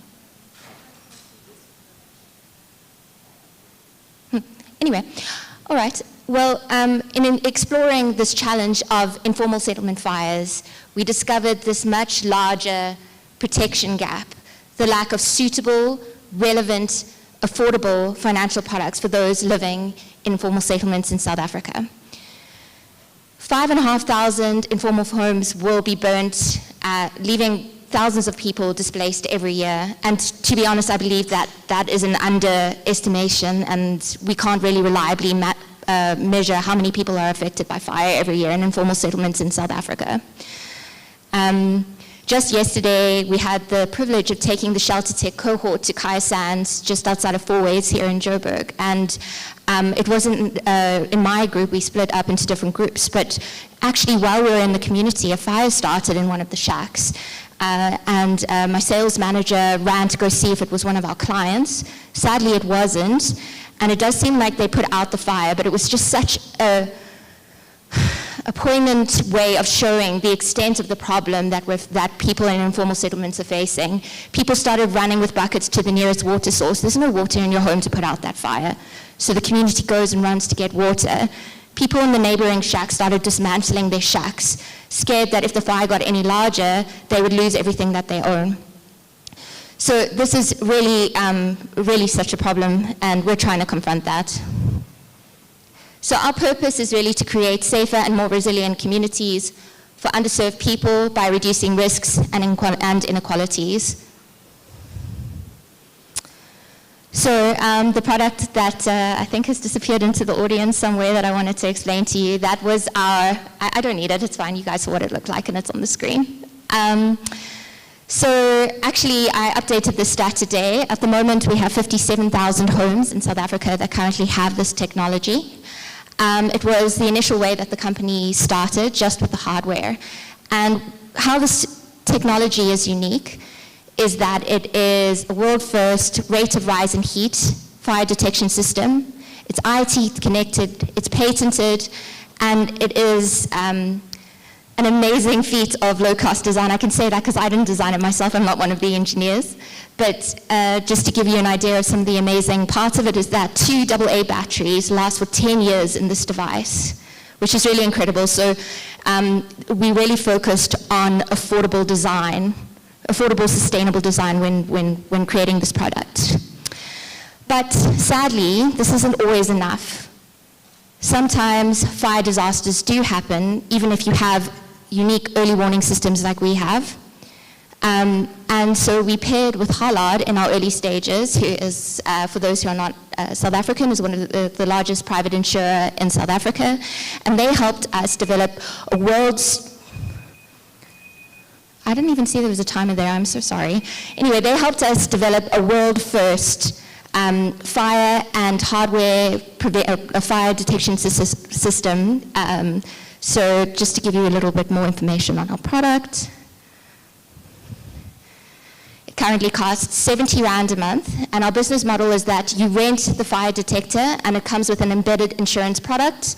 So you get the alarm and fire cover, up to 40,000 Rand cover on your structure and contents, and you're paying 70 Rand as a rental fee on that detector every single month.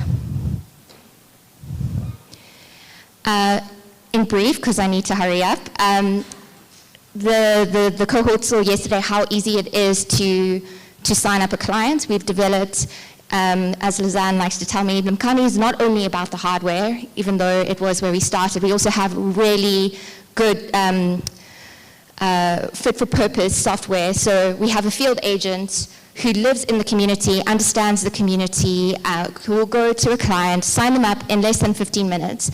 They're speaking to them in their own language, so they have that accessibility and understanding of a financial product they wouldn't maybe have in a more formal institution. And it's very quick, and thereafter, they are immediately signed up into a digital relationship. We have all their photos of their structure, on our system, a GPS location which gives us a risk address which enables us to insure them, and from there on we're able to service the client remotely through our WhatsApp-enabled call center. Since our seed round, we've grown from 350 clients to just over 10,000, which is something we're incredibly proud of, and we really hope to grow that to more than 60,000 in the next few years. I just want to read something very quickly, because I was putting together a presentation with Francois, who is my co-founder, this morning, and we got this feedback from a client recently. There was load shedding and the TV exploded from my child's bedroom. That is how the fire started. I was at work, but the neighbors heard the Lumkani fire alarm ringing out loud. They broke the door to stop the fire spreading. I feel I'm so supported by Lumkani because the alarm rang so even neighbors could hear, and they helped in time before the fire could do more damage. And now I got such a quick response from Lumkani to begin my claim. So we have the impact reports and the impact numbers, but just hearing one story like that makes my job feel so worth it. And then finally, just to end off my presentation, I'd really like to thank, it's not going to the next slide. Okay, now, next slide. Okay. I'd just like to thank Habitat for Humanity and Plug and Play for enabling Lumkani to test our geographic expansion into different provinces with the catalytic funds. So the catalytic funds we received during this program will enable us to start our expansion into KwaZulu-Natal. We're currently based in Gauteng and the Western Cape. There are a lot of high fire risk regions in KZN, and we see ourselves entering that market in June 2023. So thank you so much for that support, and hopefully in years to come, when I send a video to Scott for the next ShelterTech cohort, we'll be saying thank you and that we have entered into different countries and not only different provinces. Thank you so much.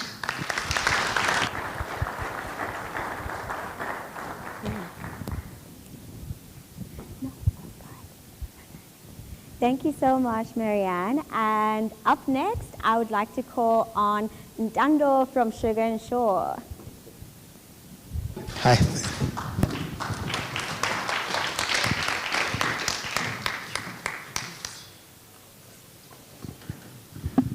I guess it's my turn. I just want to greet everybody in the room. My name is Ntando. I'm the founder and CEO of Sugar and Shore. We are an insurer of low-income homes in informal settlements and townships and rural villages. Our company is pretty new, and what we've done is we've created a number of products to cover the variety of the types of homes that you find in these communities. What actually took us to market, or what made me actually start the design and the build of the product, was the dire need that I saw of these communities whenever there is a disaster, whenever there's floods, whenever there's rains, and so forth, right? So, and one of the key things that, as I started to think about what the problem was, that I discovered was that the fact that, first of all, it was a large market. It was a number of people that were affected by this. In this country alone, we've got just, the numbers say about 4 million shacks as it is, which is quite scary as it is. But number two, these homes are not covered by traditional insurers for a number of reasons. And as I started to think about what were those reasons, I found a couple of reasons. One, they have no addresses. And addresses, as primitive as it sounds, right, as it may sound, are still very important to a traditional insurer, right? In days today when there's technology where we can location tag and we can do all those fancy things. Two, I found that these homes, the people who stay in these homes, because of their earning capability and how they earn, are not insurable, because insurers are still stuck on their ways of collecting on month end, on the 25th, on the 1st, on the 30th, and there is no flexibility around that. This thing is moving on its own. I don't know what's going on, okay? The other thing that we then figured out was, what also made it very difficult for insurers was just to figure out how to quantify the risk when covering this house, okay? So what are you in for as a traditional insurer when you cover this house? So we basically then figured out a way to cover the risk, to underwrite the risk, to reinsure the risk. I mean, some of our reinsurers, our reinsurer is out in Germany, R&V, and we reinsure our risk nicely, and we cover our clients very, very well. Now, and I think one of the biggest things for insurers that is problematic when it comes to this type of homes is the ability to say, well, this house does not live. You know, if they're covering a house that's here in Sandton, they'll say, well, this house is in a property deeds registry and it's registered at 2 million rand, okay? And it's at the city of Johannesburg and the valuation is 2.1 million. So I kind of know in the ballpark that if this house was to burn down completely, this is what I would need to pay out. Now, with a shack out in Alex, you have no view. So we then built a very clever model that allows us to figure out what this house should it burn down, what we are in for. So if you think about our technology layer, we have a special platform at the bottom which we've built, and every year we kind of scan the country twice, And we sort of have a lay of the land when we know which structures are where. And when the customer is onboarded, for example, and goes on and onboards themselves, we're able to pinpoint that particular property and say it's this property. Whether it's in the church behind the hill, on the other side of the mountain, it really, really is irrelevant for us. The second thing that I think Sugar does is we've also then said, well, let's focus more on the type of customer that we are dealing with. A customer who stays in a shack is most of the time someone who you see as you drive here on the side of the road pointing up, saying, I need a piece job today, all right? And that person does not have the ability to pay you every month. In fact, if you hit that account twice with your debit order, they are going to move banks. It's very simple for them, right? So we then created prepaid products, and our shack product is a prepaid product with various covered denominations, which makes it very simple for someone who is coming across property insurance for the first time. Because our communities here are used to only one type of insurance, which is funeral, right? Now, they have funeral cover in their numbers 3 times, 4 times, 5 times, and yet it just doesn't make sense because there are other risks which are more important that they need to be covering as well. I'm not going to even touch on issues such as life cover and so forth, which naturally Africans out of the township and in rural settlement and so forth, they don't even understand it, right? They would pay more for funeral with less benefits, whereas if they took the same amount of money, put it in life cover, it would become $1 million, $2 million, $3 million without even an effort. Then, so what we've done over the period of time is we then launched and we started running with the product, selling through different channels. And we were learning, right? What was important for us is how do we provide cover for these communities with technology embedded, because everybody has got a cell phone, which is the greatest thing in South Africa, right? Everybody has got a cell phone. In fact, they have 2 or 3, and all of them are smartphones. So we then said, okay, let's build the technology. We've built an AI chatbot, which customers use to onboard themselves. And on the onboarding process, we ask them for their biographical information, but more importantly, their location tags, take pictures of your house, the elevations of your house, and from those pictures, we're able to get all the data that we need to do the underwriting. So we know that this picture was taken at this time, this location, this was the direction of the picture, this was the distance from object, and so forth, the stuff that is quite pertinent to the underwriting process. And what we've done is then, over the last period, we then also developed a product for brick and mortar homes, and we cover these homes up to 2 million rand.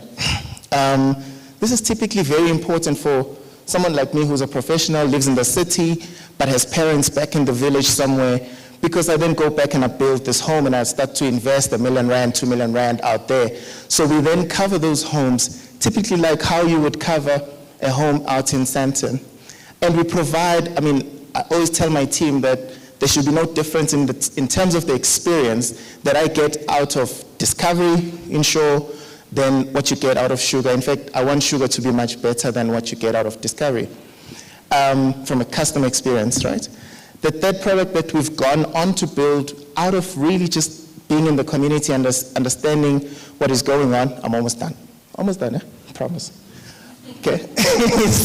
is a business insurance cover for mainly small businesses in the township, the ones that suffer the most when the community erupts during riots and stuff, because that's the guy that really, really loses at the end of the day. For the community, it's about just getting the mayor there or getting the politician there to address them, but after that, they go home.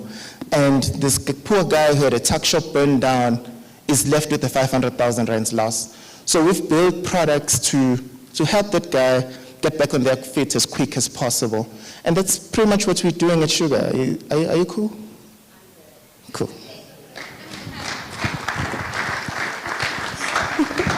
Thank you. Thank you. Thank you so much for that, Dando. And, oh, my book is upside down. And up next, I'm going to call upon Magic Water and Beth. Oliver, it can be your turn too.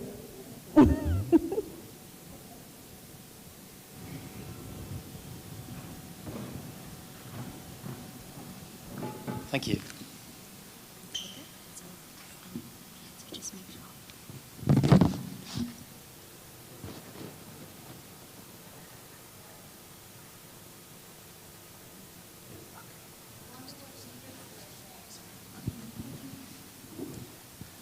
So, hi.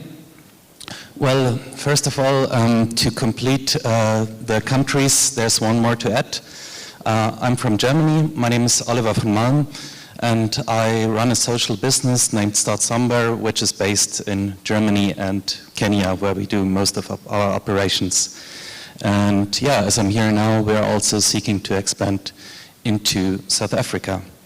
So the core of what we do is a new technical solution for sustainable and affordable housing, aimed to really change living conditions in informal settlements in disadvantaged regions of the world. So the core is a new kind of concrete block that I've been developing over the past almost 12 years in close contact with the people from Kibera. I asked them, what is your dream house? And they said, it's a middle-class concrete house that I want to live in. Yeah, I said, why not clay? It's beautiful. And they said, no, that's for the people in the rural area. We are modern, we want something strong, something stable. So I said, okay, maybe the solution could be a concrete block that uses very little cement, that uses only a third of the material of a massive wall and can be prefabricated. And so resulting into a very nice and straight wall, while still being able to do a lot of things that typical industrial products cannot do, like what you see on the second image on the top is to be fully flexible, to fold in plan. So basically that gives people the same freedom as if they're building with mud by hand. And if you've ever been to a place like Kibera, you will find it's very much an irregular plan system. So it's just the opposite of Manhattan pretty much, where you need to make use of every available square meter. We as a company, out of the many problems there are, said we want to focus on three main problems, which is the lack of jobs, of course unsafe, unhealthy homes, and the problem of no secure land tenure. And we want to do that through creating jobs in concrete block manufactories. So basically we have small-scale factories where the blocks are produced.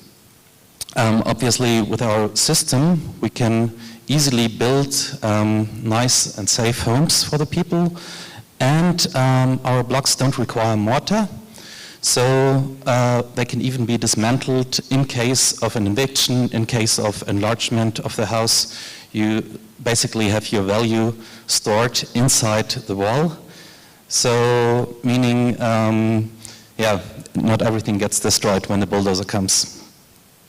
Our concept, oops, sorry, can I go back? Yeah, so I think the special thing about us is our blocks are produced very simple in small scale decentralized factories. So on a, I think it's pretty much as big as the stage, where we produce 100 blocks in a day in Kibera, where 5 people have a permanent job. And the blocks are also designed in a way that you can build on construction sites without any heavy machinery and without any skilled labor. So we are also creating jobs on the construction sites for the people. We were talking about that, value chain. I think we're contributing quite a bit to that.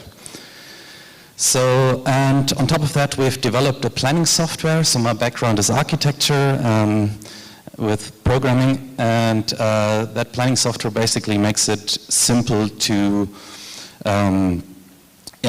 draw houses, to draw floor plans with those blocks very quickly. That solves automatically any complex geometries of intersections, T-junctions, and so on. And you can really be very efficient in planning quite nice and decent home structures. We are very thankful to have received the catalytic funding, and our goal is basically not only to do and build ourselves, but we want to do a lot of knowledge transfer. And Start Sambras at the moment has only a small office in Kibera, but with that catalytic funding, we want to build a nice, larger office building that we see here. That is, on the one hand, is just acting as a normal office, but also as a learning center where we can train people. And that combined with a new concept of a mobile factory on a new space that we're currently looking for. So if anybody knows of a good space in Nairobi, we have the funding both for that factory, for that office and learning center. And we want to have these two as a combined space for know-how transfer on construction, on usage of the software, and for experimenting with new construction methods, like also with new materials that we're developing, and potentially also a new roof system that will fit to that. We can talk more about it outside. I'm just there on the side. Thank you very much.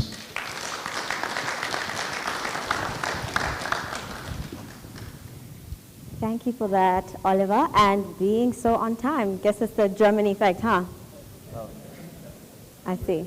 All right, but Oliver, please don't go too far. I'm going to call back Marianne, Kidus, and Ntando, and you, Oliver. Don't go too far, literally. Oh, there's one more. Beth.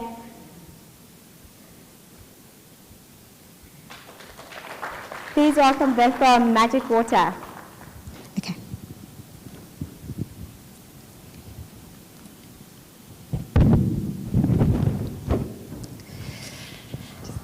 Okay, thank you. Hi everyone. My name is Beth Koigi, and I'm the CEO and co-founder of Magic Water.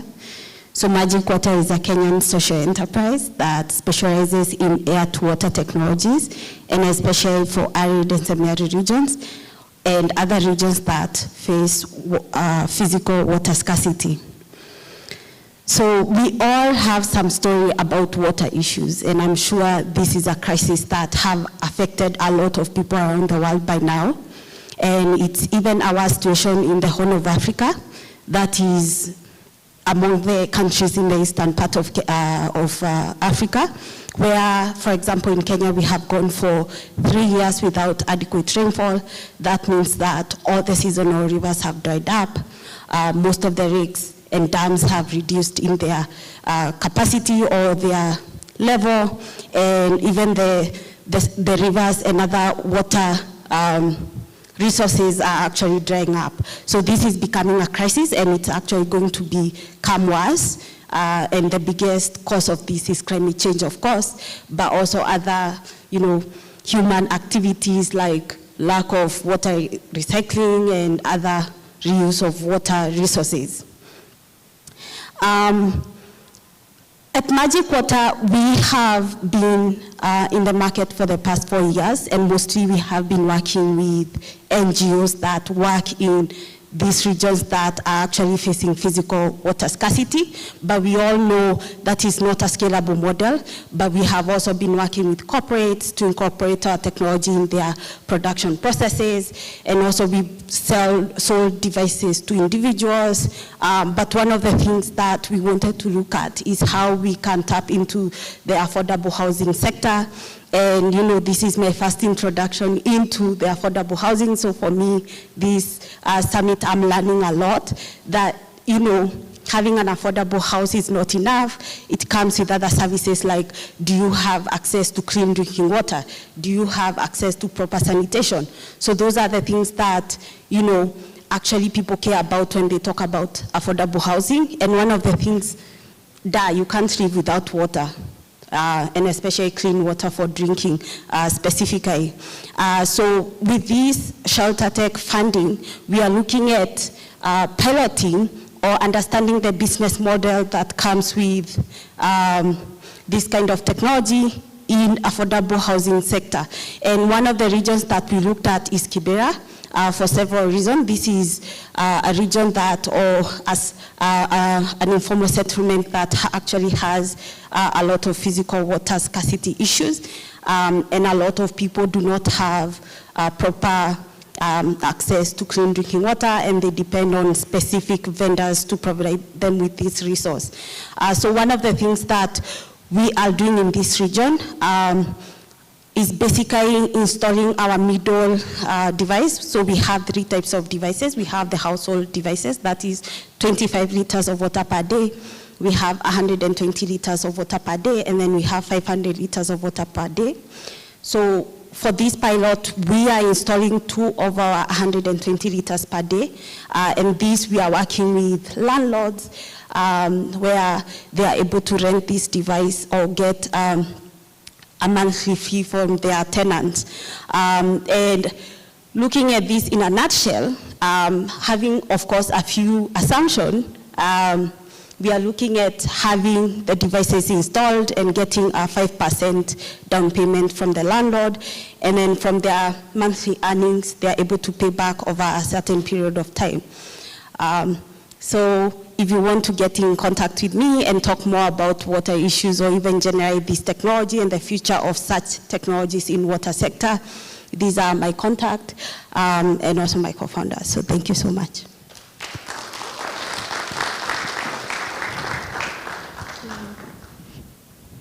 Thank you so much, Beth. So I'd like to invite back on stage for an audience Q&A. As I invite them back on stage, Beth, please join me. As I invite them back on stage, I'd like you guys in the audience to think of any questions that you may have for our startup. So based on what they've shared, what do you want to learn more about? Would you like to ask them any more questions? And so, yeah, Nick, are the roving mics ready? Okay. Fantastic. Do we have any questions for our startups in the room? Yes.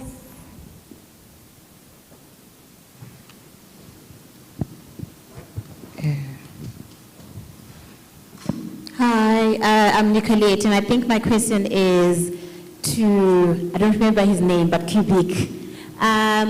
So whilst you're making affordable materials for housing in Ethiopia, I wanted to find out, I don't know how much land costs up there, because it's not only the materials, but it's the cost of land. Here in South Africa, it's so expensive to get land. So I wanted to find out how you are maneuvering with regards to land cost. Are they given by the government? How do they acquire that land to make the housing affordable despite the materials?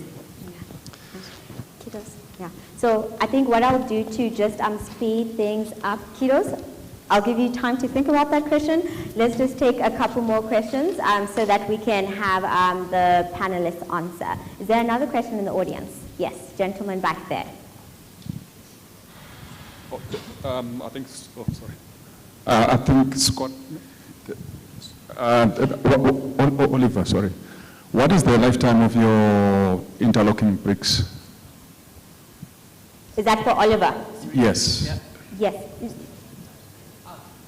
Okay. Oliver's got his question. I'll take one more and then we'll get the responses.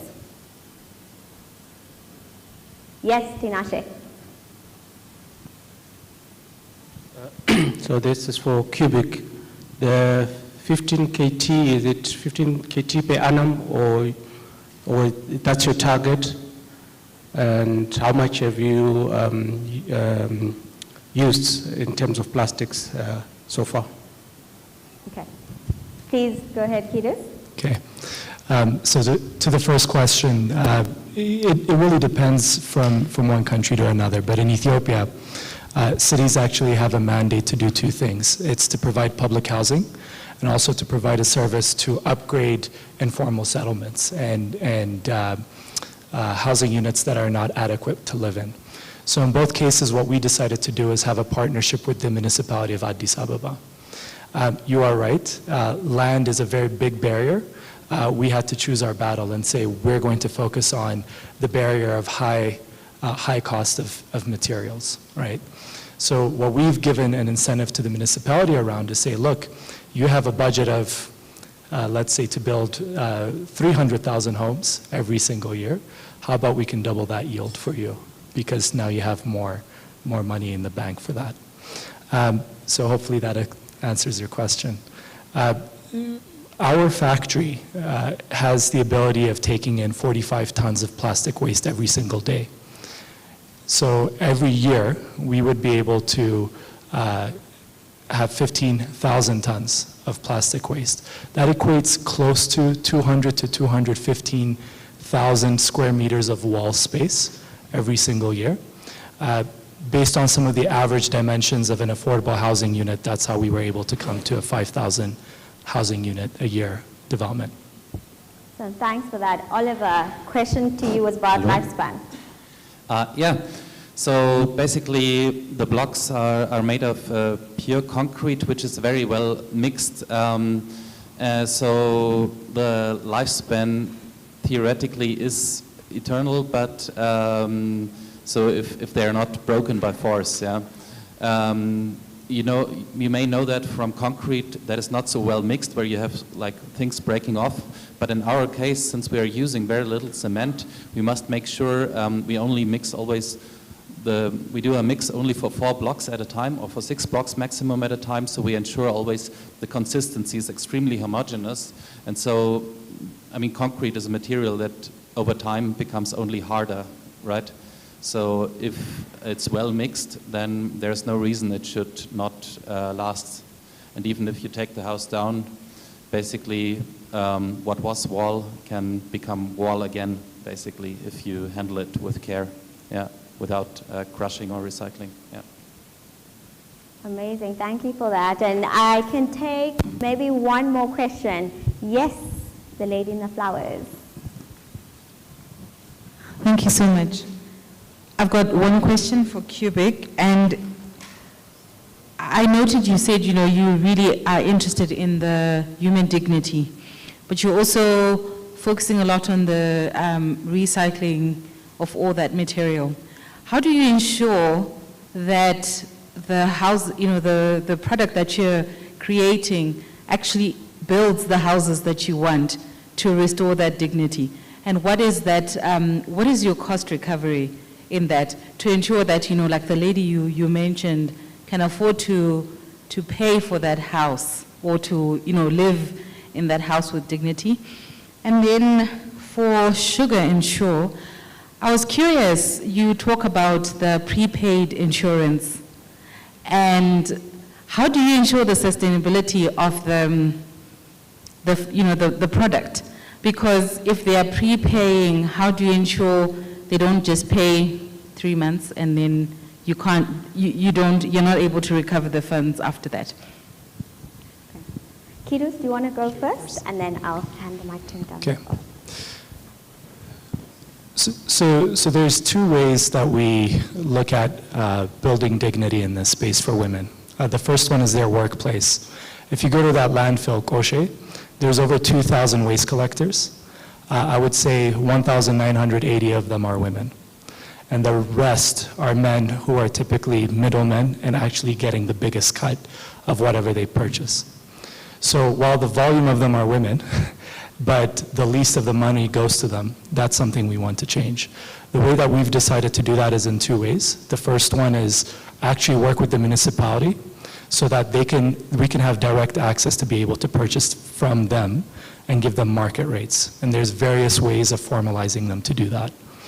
The second way is obviously giving them a choice of whether they want to live in our house.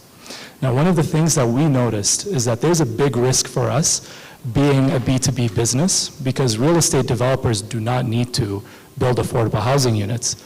Actually, one of the biggest alarm bells that went off in my head was approaching a real estate developer who said, oh wow, this is something that's cheaper, it's as safe, it's as structurally sound, I could do what I want with it. Oh, I have this luxury condo that I'm actually building, I can actually make a decent cut off of it. So we kind of flipped the script a bit and said, let's work with influencers first. There are organizations and governments that do focus on affordable housing, and they're the ones that actually provide the contract to these real estate developers.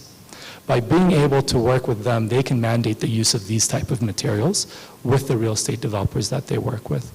So we have to be very mindful of who our clients are, and at least right now, we are only trying to build 5,000 units a year. Addis Ababa alone has a 2 million housing unit deficit, right? So we do have a luxury of choice of where these materials go to, and that's what we're focused on at the moment. Great, thank you, Kidus. And Tando, over to you. Thanks. So I'm going to try and answer this question in a particular way. First of all, I think what you quickly learn when you do product development is that you don't want to take your client out of their norm, out of the stuff that they're used to, out of their current behavior, because then it costs you a lot of money to teach them new behaviors, right? So in South Africa, for example, the low-income customer is used to everything being prepaid. Their airtime is prepaid, their electricity is prepaid, their lives are prepaid, right? So when we designed the product, we then said, well, it would make sense then to give these guys a product that is prepaid because that's something that they're used to, right? If you try to do postpaid, you're gonna have issues, right, in terms of collection. And that becomes unsustainable on its own, right? So from a prepaid product, our prepaid products are annual products. So you buy the product today and you're covered for pretty much all 4 seasons. So you go through your fire season, your rain season, and so forth. On day number 330, we remind you that your policy is going to lapse. Please renew your policy, within the next 30 days. And then customers then do exactly that. So there is no real issue with sustainability. So as we collect that premium upfront for a year, we then do the footwork at the back to allocate that premium over the next 12 months because as you'd want it from an accounting point of view. Awesome. Thanks, Tando. I have 2 more questions, just very quickly. Beth from Magic Water and also to you from Lumkani, Marianne. So Beth, question to you. We've heard you had fantastic news just, the couple of last weeks. You got awarded. Could you maybe tell us more a bit? And then also for Marianne, I mean, your product is so touching and so important for the communities. How can we support you further? Thank you, Rizan. So towards the end of last year, the Kenya Agricultural Research Institute reached out and they wanted to see how we can partner with them and pilot farming with our system in the regions that we already work in. That is in the northern part of Kenya.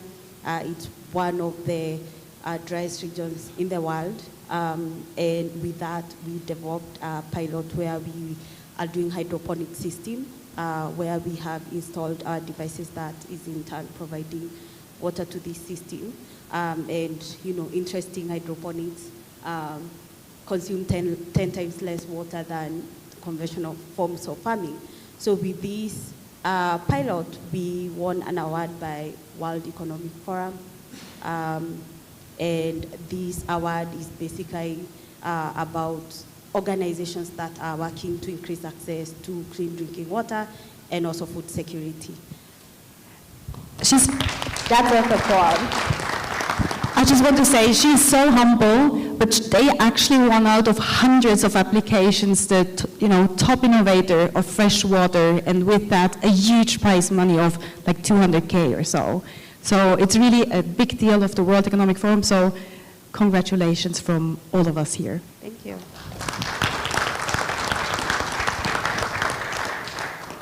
Congratulations, Beth. That's such an open-ended, difficult question. And it's like when you get all these opportunities, how to scale your business, and asked how we could impact more lives. So I had some very interesting conversations with Daniel from Habitat for Humanity. I'm not sure he's actually in the room. There you are. So I think that in terms of support and somebody said, Scott, was your presentation, you said make one connection, someone you want to work with this year. And I think working with Habitat and the the projects that they do in informal settlements across the world will really, really help us to expand our reach. And I really would love to see a situation where fire risk in informal settlements is not such a scary thing anymore. We have two business models at Lumkani that we've worked with. First is grant rollouts of our hardware with the potential to upgrade to insurance, and then our insurance product, which I described a little bit more during my presentation. So finding innovative ways to maybe leverage the grant rollout model with the potential to partner with insurers in different countries across the world would be, I think, the best way to create more resilience in communities at risk of fire. We can give a round of applause to our startups, and Scott and Lizanne and Daniel and team will check back in with you about how the rollout and the partnership with Lumkani is going next year, yeah? Fantastic. Thank you guys on the stage, and if I can ask you to take your seats. Up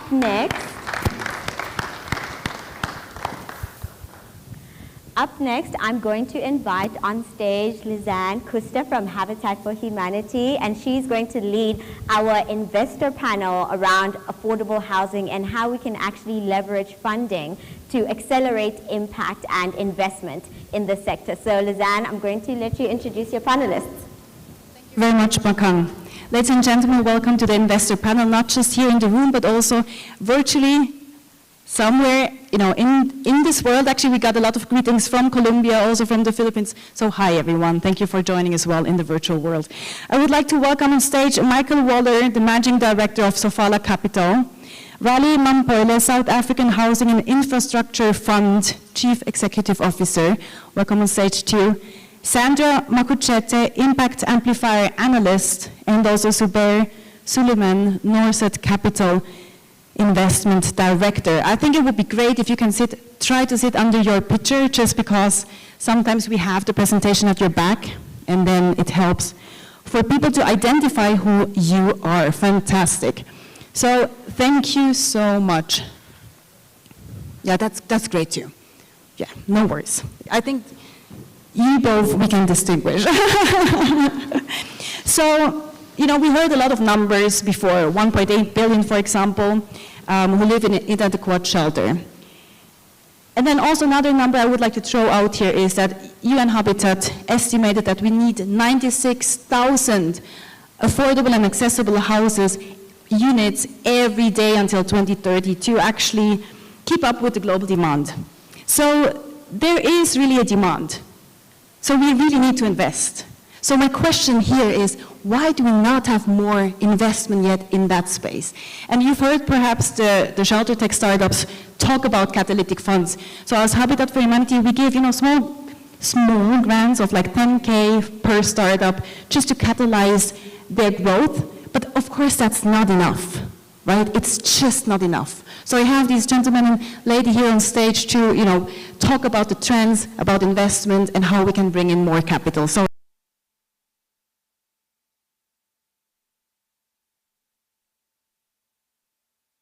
we don't have any slides, and if we're, I think you sit enough close to actually hear us even without microphone, but it's back. Great. Let's start with the demand side. Michael, you lend capital to families, to individuals. What are these families actually looking for? How can you also support the ShelterTech startups? Thank you.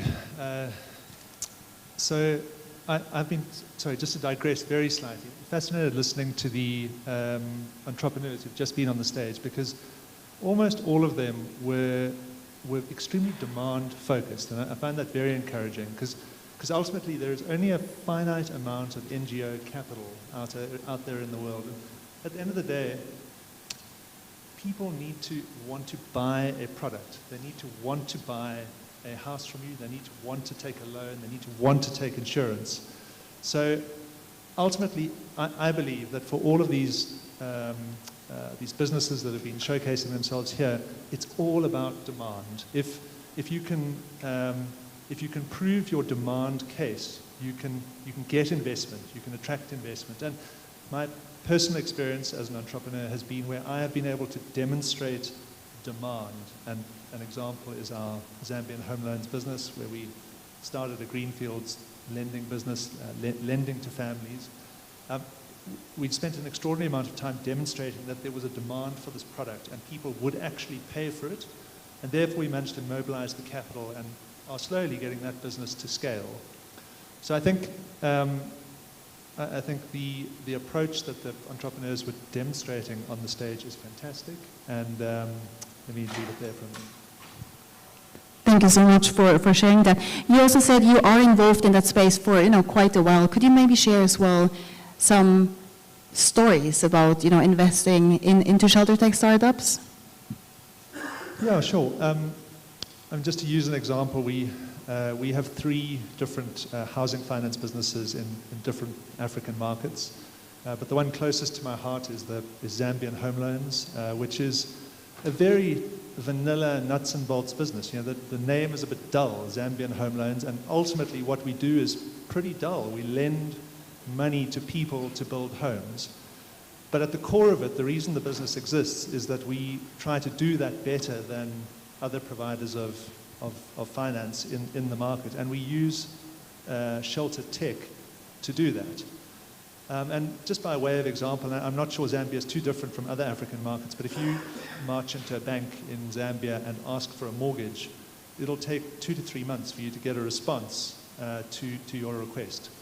And what we've done is we've used tech and just very simple mechanisms and specializations to reduce that time down to 2 or 3 days. So you can march in with your documents, and at the end of the 3rd day, Zambian Home Loans will disperse the money of your mortgage into your account.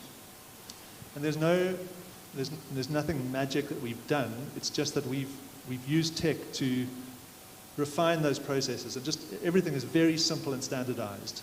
And our funding is actually not the cheapest in the market. We don't take deposits, but people still come to us to borrow, and they're prepared to pay extra just for that speed and service. And I think ultimately that's where tech really plays a role, is in delivering a service that people are prepared to pay for. Thank you so much. I would like to go on the other side, to the supply side, also on the infrastructure side. So Norisat Capital provides actually financing between like 5 to 15 million. Could you maybe tell us a bit more? Sure. Can we give the microphone there?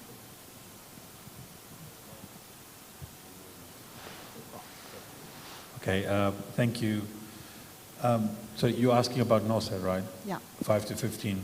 So NORSET is what we call a impact private credit provider in providing funding to the mid-market growth companies in sub-Saharan Africa. And what we do it by providing what we call tailor-made debt solutions and structured products. I know all the previous speakers were startups, and I think that is how you start the process. And if and when you can get scalable enough for our type of funding, then you've made it. That's what I would like to say. And so that is the first step, and the next step would be to come to entities like ourselves. And there are quite a few of us out there. Unfortunately, we play in that mid-market space, but everybody's got to start somewhere. And there are many ideas going around, and one of the products we're looking at developing, still in the infancy stage, is venture debt. So another product that we're looking at providing is venture debt. Infancy stage, we're still trying to see how we can do it successfully, but that's how I think the startup sector can get our type of funding. Can you maybe drill down there a little bit? You just said when startups will make it to 15, for example, million. But so what do you think are the success factors, or what do you think could let them grow to get to that point? The success factors are quite a few. We use, again, I'm going to use very crude numbers. We work on a matrix, and a matrix is I don't know, around $3 to $4 million revenue, $1.5 million EBITDA. What it means, you actually can walk through our door, and thereafter we start analyzing who you are, the company and the products. And there's quite a lot of us in that space, and that's what I mean from starting from a startup, getting the necessary support, growing, getting the necessary impact as well, and getting to the point where you can make $1.5 million EBITDA, then you can start looking at entities. Indeed. Thank you so much. I would like to already then open, the floor for questions from the audience. So if you have questions, please, in a few minutes, I will already ask the audience to ask a few questions. We'll not do it in the end. I would love to have a discussion here with you as well. But so, Zubair, I have the last question to you. Again, if you're talking about investments, mostly we're talking about equity, right? But there are so many different financial instruments. Could you maybe elaborate there as well? Indeed. We look at the entire capital structure, and that's how you got to look at projects. And if you're looking at financial manager of a company or CFO, you look at the entire spectrum of capital, and it starts from equity, and then goes all the way down to senior secured debt that you get for normal banks. And then you get players like ourselves that play in the middle way, subordinated debt and mezzanine for that matter. So those are different products that I believe you need to have a good mix of. Equity is a nice way to start up. Equity is a nice way to say, I don't have the necessary capital to start. Nobody's going to give me, no bank, no financial institution is going to give me. That's where equity comes into play. But it's not the most efficient, and it's by far the most expensive, irrespective of how you look at it and who provides the funding. It's the most expensive. So the ideal situation is you get to a critical stage where you can go out and get a mezzanine provider, you can get a sub-debt provider, you can get venture debt, and then eventually get to senior debt, where the banks, which are the most strict and collateral and size, then once you raise that kind of money, then you know that you have a ideal capital mix. Otherwise, you'll have working capital issues. Otherwise, you'll have equity providers wanting more dividends all the time and returns. You have funds saying, my fund is coming to a close, I need the money back.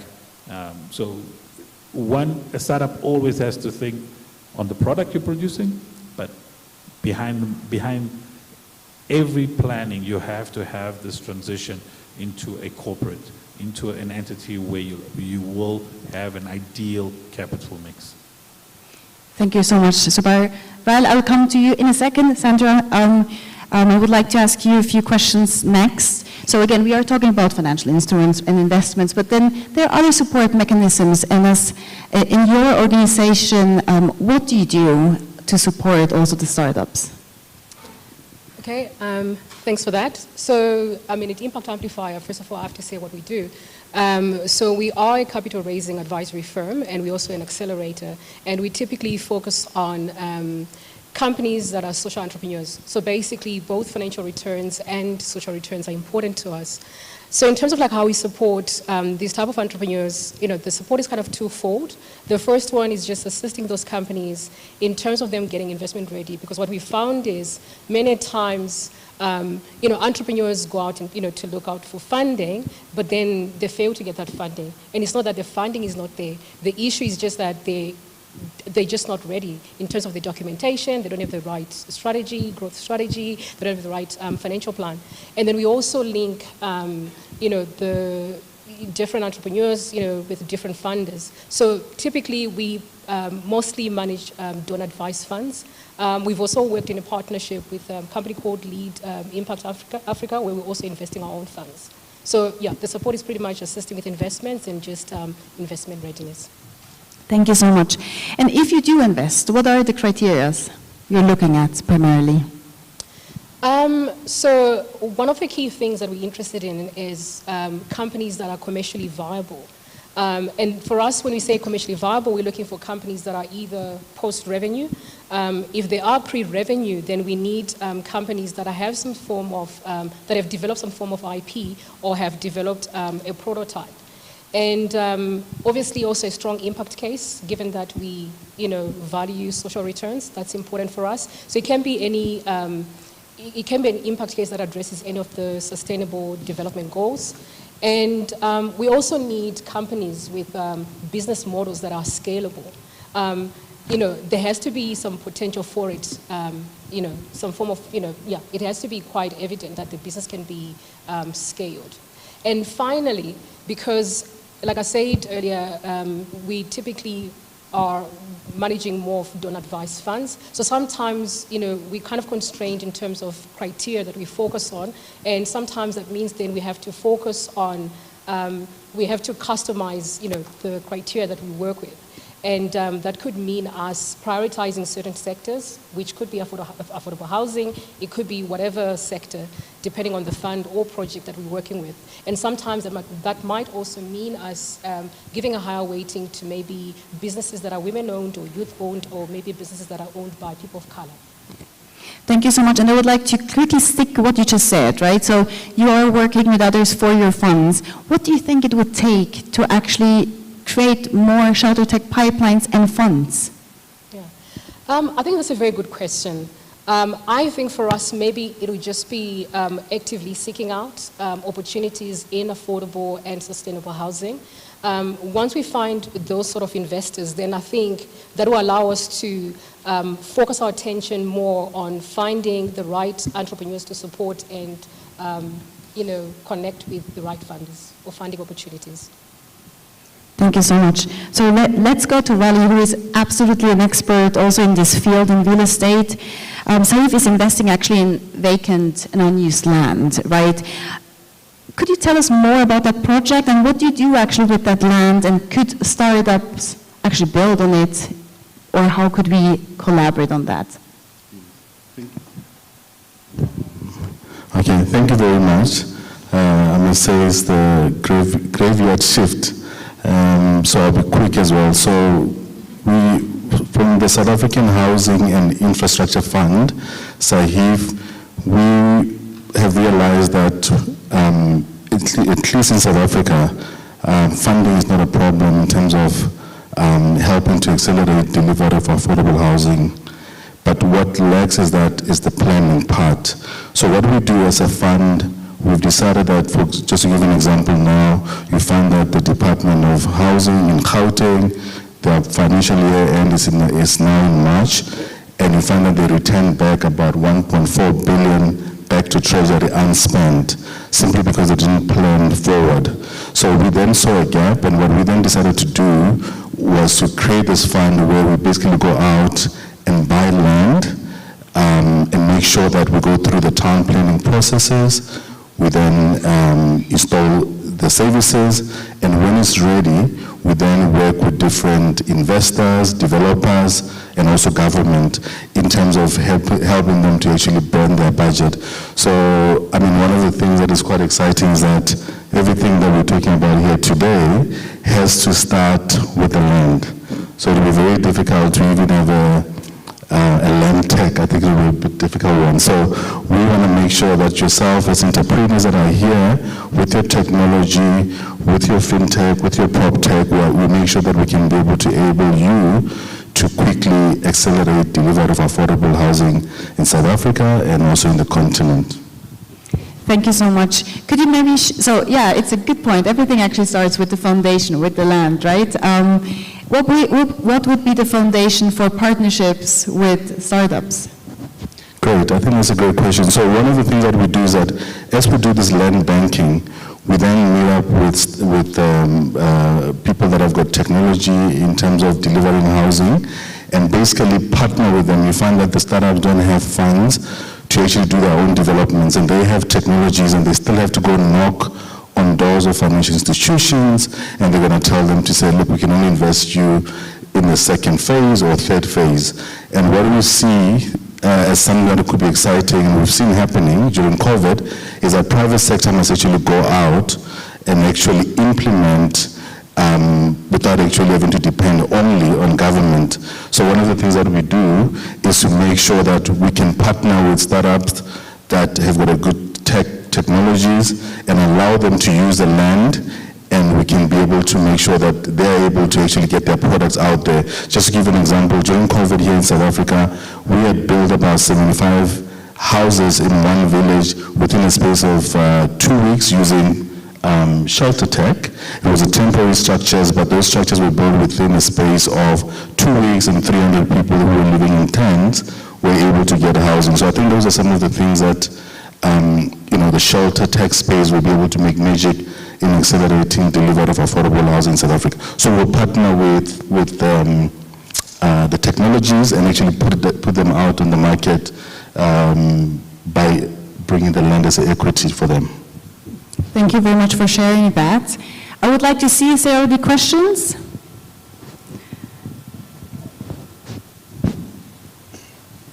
Not yet. Okay, Daniel. It's great because Nick was like walking around at the back like one of the big fives and waiting for a question to ask. Daniel. Hi. I don't know who to direct, but I think the panel can support. So it's always a discussion. We've seen you guys are looking at 5 million and above, a startup who's ready to perhaps being profitable and the likes. But then we have to appreciate there is work to be done for a startup to get there. How do we support investment at that stage so that the startup is being developed to a point whereby they can get such investments? As institutions like us, Habitat, what's your view in terms of what can we do? How can we, because we can't really fund all the startups, okay? But then we expected investors like you to start and support the startups from early stage to a point whereby they investable at your level. But it looks like most of them are waiting, or most of you are waiting when they're already matured enough to be profitable and making money. So what's your view? What can we do to ensure that we get the right investment to support the startups to get to the level when they're ready for you guys to invest? Can I Sandra, yeah, sure. Yeah. Thanks for that question. I mean, I think it speaks to, the support that I mentioned earlier when I was talking about investment readiness, which you could also call as acceleration. So part of that support basically means you're looking at very early stage businesses, but usually, or at least in our case, we're looking for businesses that are this, pre-revenue or post-revenue that may not be at a stage where maybe they can actually approach a fund, a fund and actually get the funding. So part of that could be like, receiving mentorship and receiving some online training, working on your growth strategy. First of all, actually understanding what problem you're actually trying to solve. Because many times, we find that entrepreneurs actually just go out and look for funding, but they can't actually articulate what the business does or what problem they're trying to solve. And that's one thing that a company that does investment readiness would actually assist you with, helping you articulate the problem statement and frame your solution statement. And also, in cases where you might be looking for funding from maybe an impact investor, also help you craft and refine your impact case. And then working to refine your financial plan and actually figuring out what is the right instrument, or sorry, what type of funding is actually applicable to you. Because you could be looking for maybe like an equity investor, but what you have is more of an impact case, which requires you to get grant funding, not an equity investor. Yes, please. I think your Shelter Venture Fund is really onto something. And I think as Habitat, not that I know a great deal about your organization, but the little bit that I know, you've extremely well positioned to scale something like the Shelter Venture Fund. And I sort of imagine your organization as having an amazing fundraising capacity through your US and global footprint. And a lot of that money is ultimately grant money that is being put into various programs. And if you could scale up that money and put it into a fund which is playing in a space where no one else is playing, very high risk, small investments in a broad range of entrepreneurs. A lot of those entrepreneurs are going to fail, and you've got good examples of that. But one or two of those entrepreneurs are going to succeed, and they're going to carry the cost of that capital. your expected returns as habitat are not enormous, and that I would expect lower than a normal commercial investor. So I really think you're on the right track as an organization. I think you've got a really good model which can play a meaningful part in getting businesses, promising businesses out of the blocks and into the space where then the commercial investors can start to play. I'm so happy this session is being recorded, so thank you, Michael, for what you just said.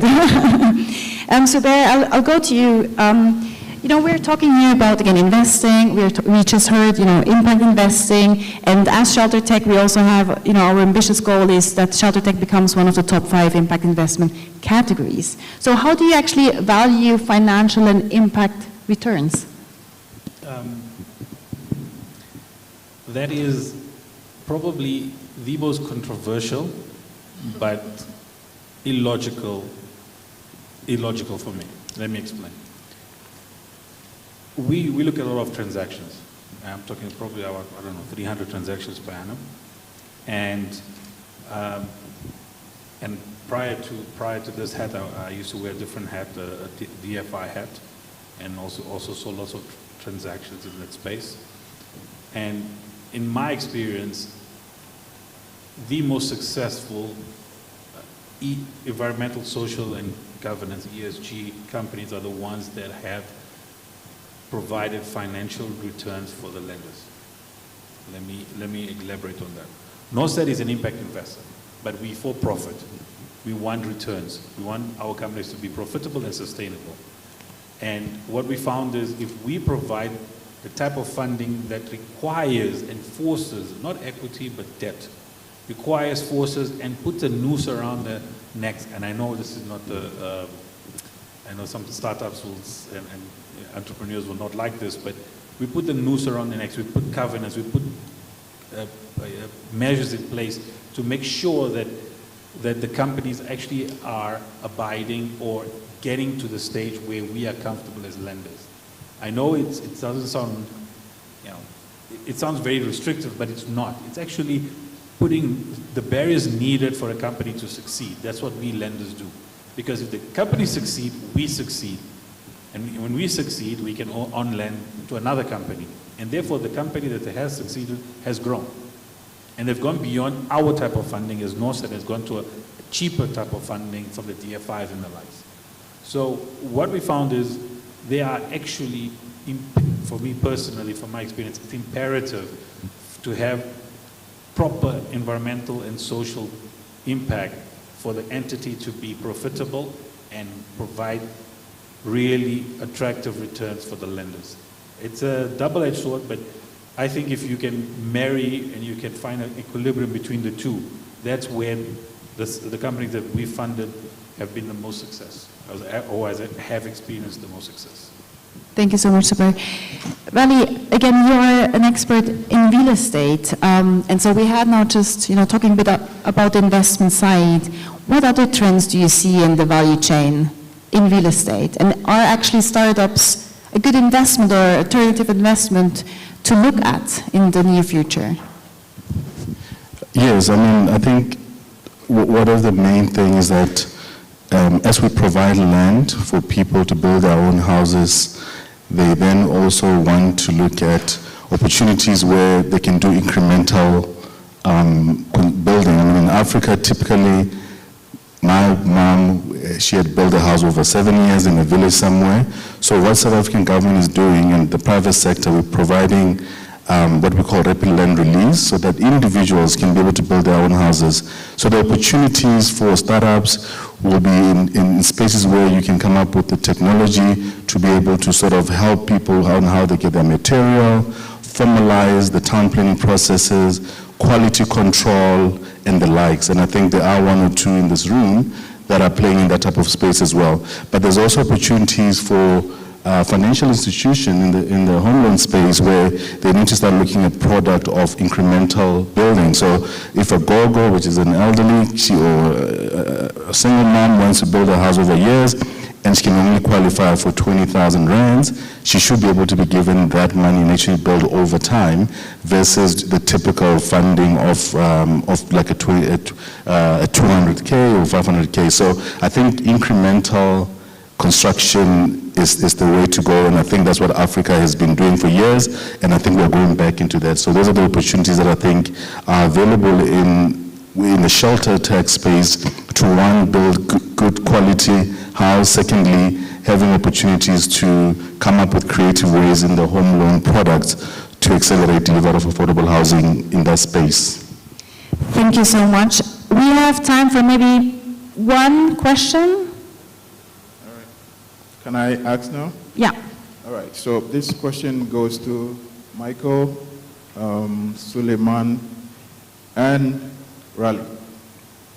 Regarding your funds, it sounds like you are focusing on only South Africa. I would like to know, people from West Africa, like Ghana and Nigeria, and probably Kenya, how can we assess the funding as well? And what are the things you look out for from startups like us?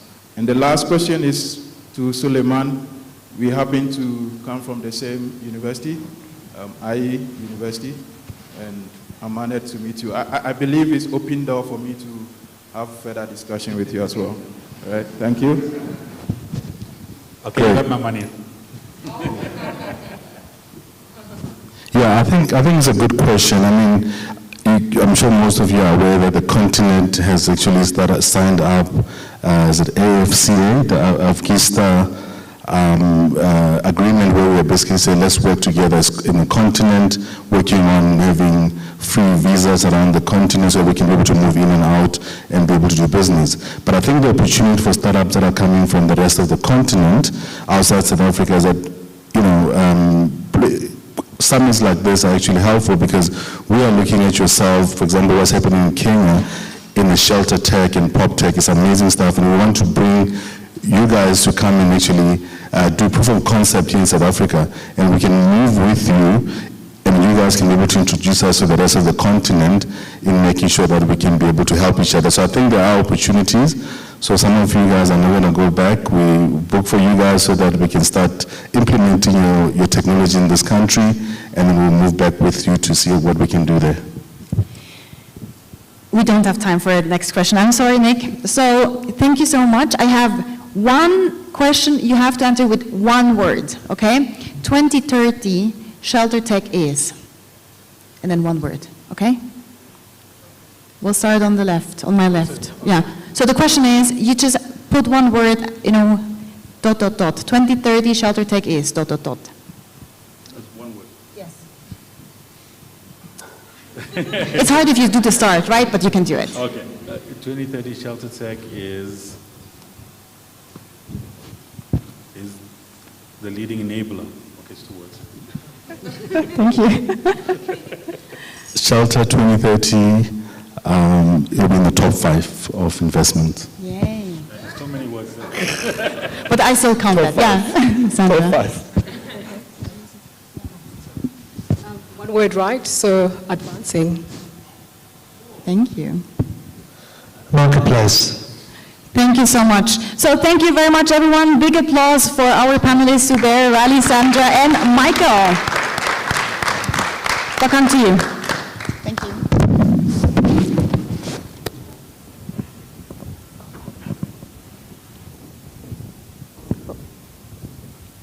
Thank you so much, Lizanne, for that, and of course to our panelists. I can see all our panelists are actually shoot your shot kind of people. Tell them one word, they're like, okay, one hyphenated word with 5 other words inside.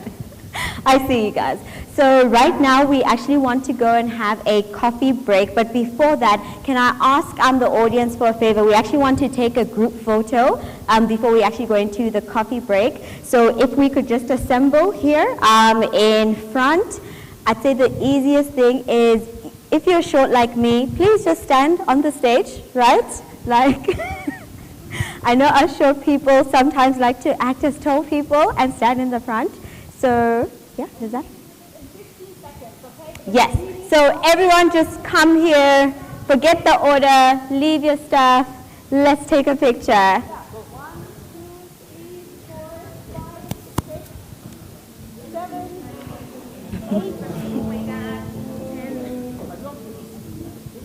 Hello.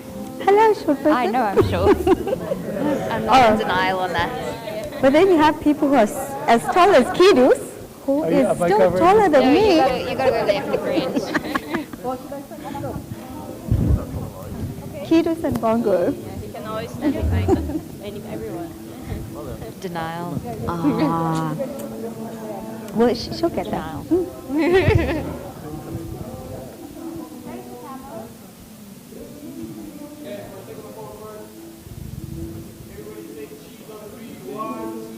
Money. Cheese. Money. Oh, please.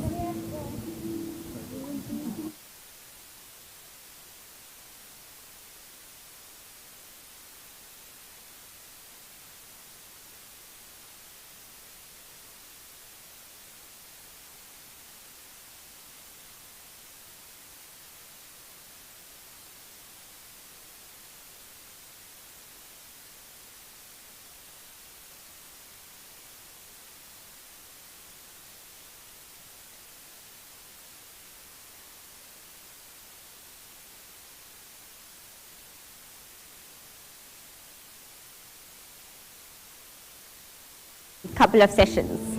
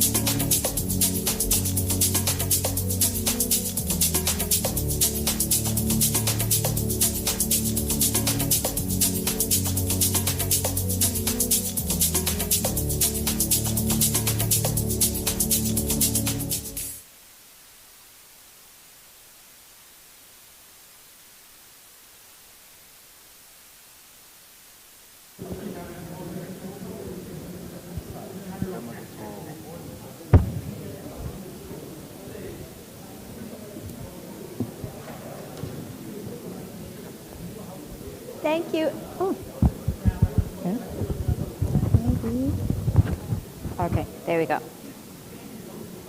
Thank you everybody for honoring our 10-minute social contract, and just a nudge to those outside to come in, but we're so glad that you have all made it back. We'll just give it a couple of seconds for the slides to come on screen and also for the door to close. So up next, we are going to get to hear from the last batch of our startups who've been part of the Affordable Housing Innovation Panel. And following the startup spotlights, we'll then go into our final panel for the day, which is a sustainability panel, where we'll hear from some experts and leaders in the space around what the intersection between sustainability and affordable housing actually is. But before we go into that, I'm really excited to introduce on stage Hydro IQ. I just want to see if Victor is here. Hi, Victor. Please come on stage. Let me get your mic.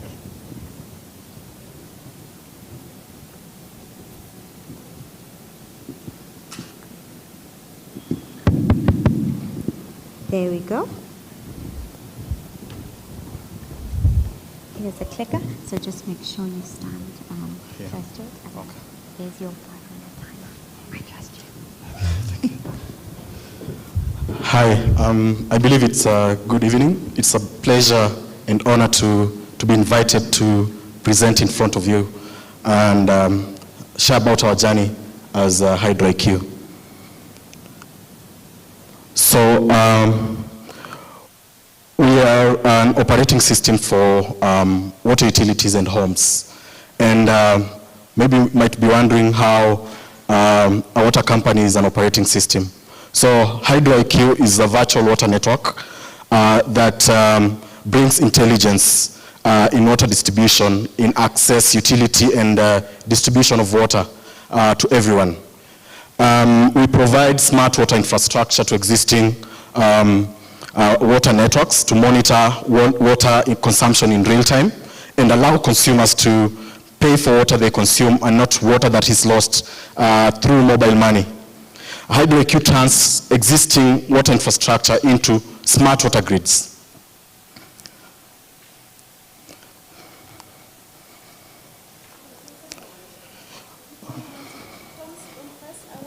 Okay.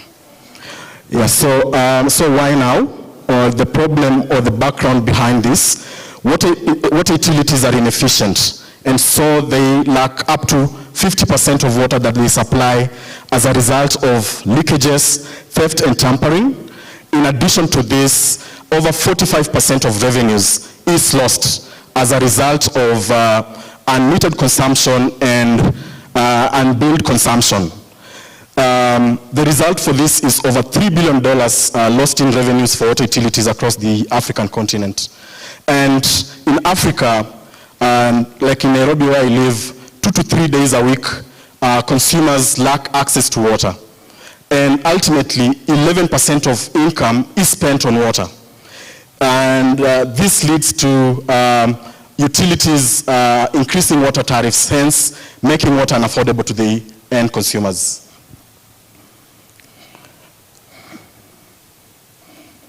Our solution, it's a 3-service solution provider in that we plump into the entire water distribution space to provide remote water monitoring and control, turning water infrastructures into smart water grid.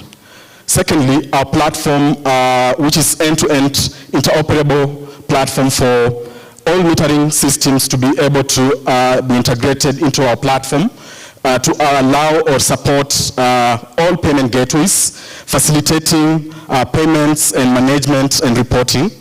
And last but not least, our customer portal allows for customers, or rather end users, to be able to monitor water usage trends and track their payment.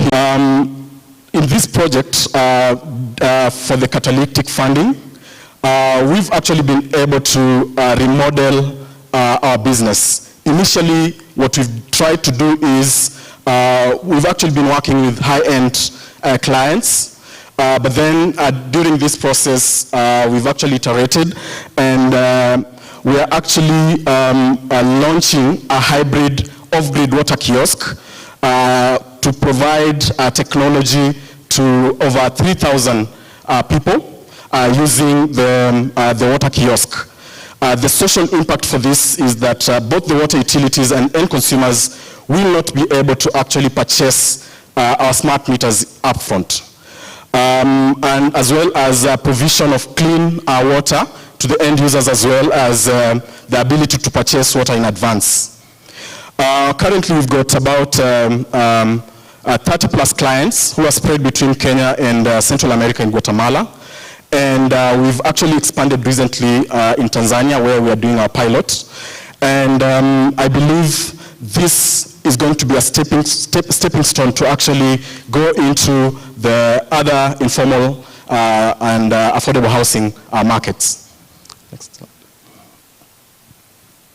So this water kiosk has 3 steps whereby consumers have the card, which is more of an ATM card, and they use that to tap on a card reader, and they have access to water.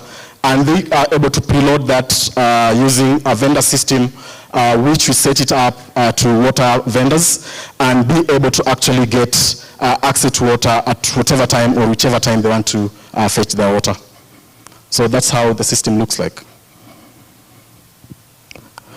We have our deployment and implementation timelines. And so first we have the scoping of the project, engaging with manufacturing partners, and sourcing for the hardware meters, and of course project commissioning.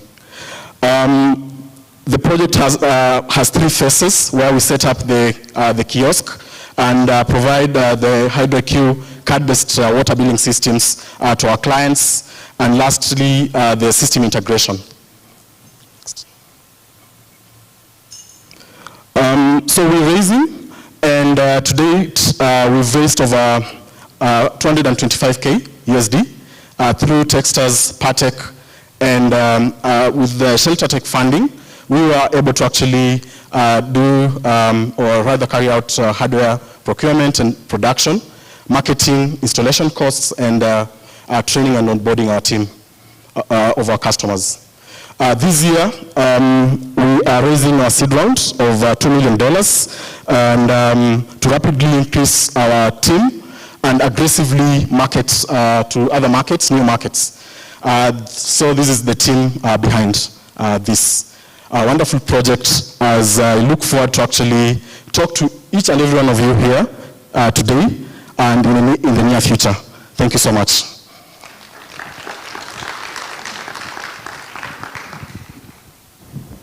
Thank you so much for that. Next up, we're going to hear from Justice from Sikidan Homes. Justice, the stage is yours.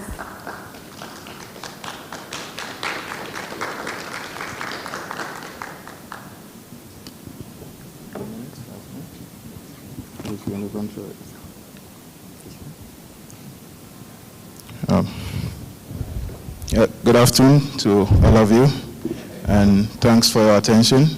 I'm Justice Ofer from Ghana.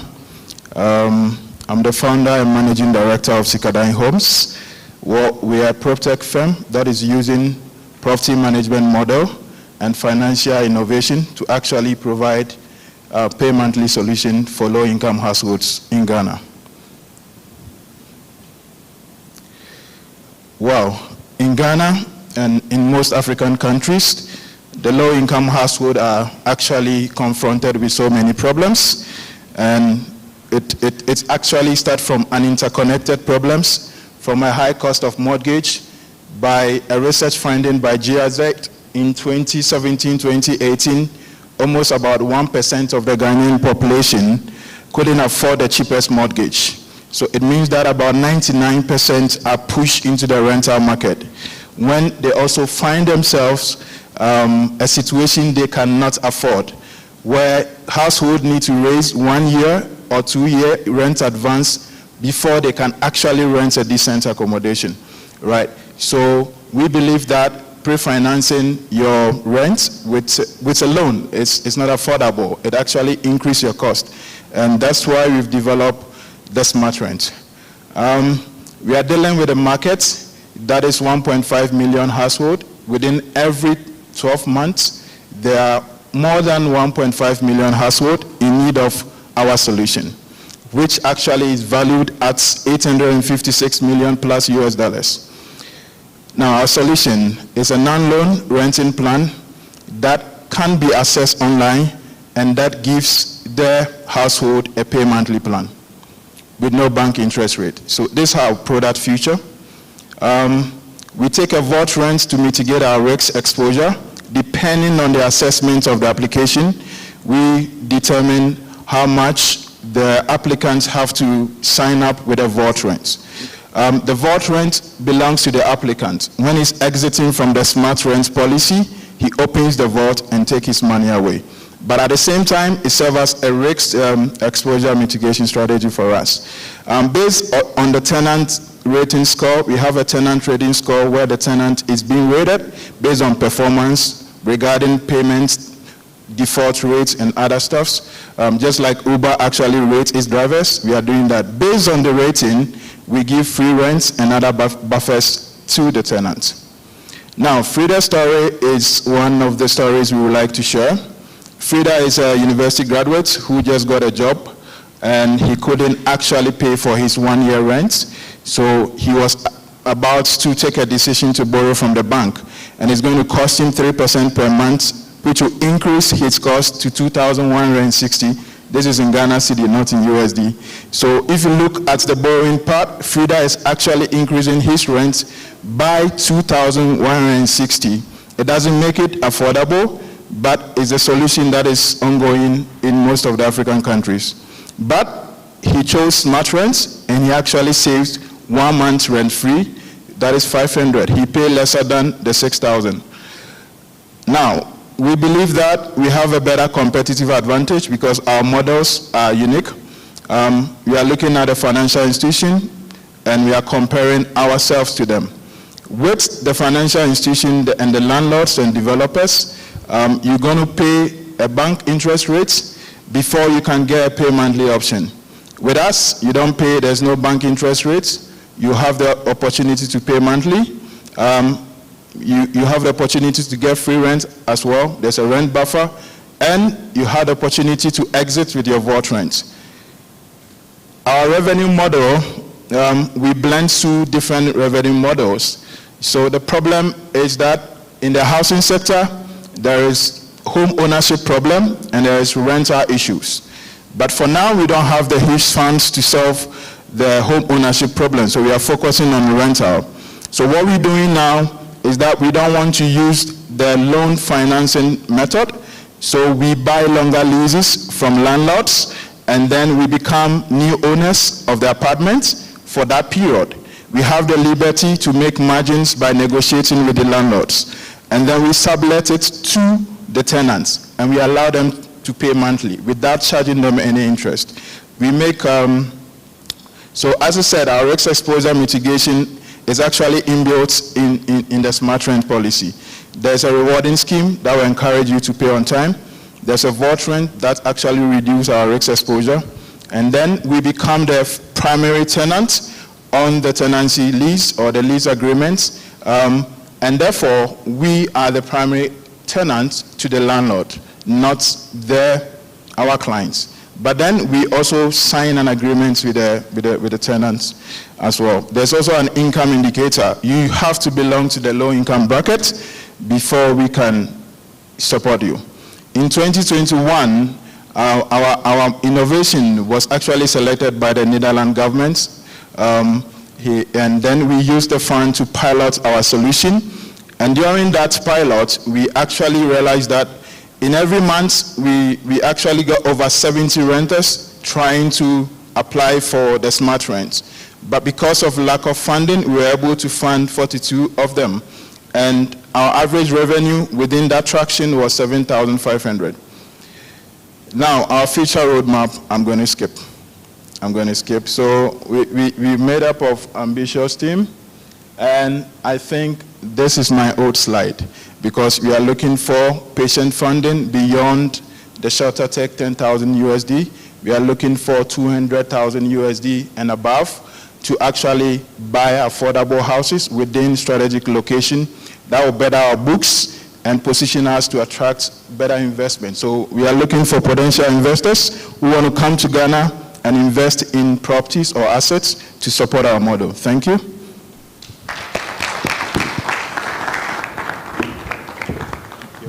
Thank you, Justice.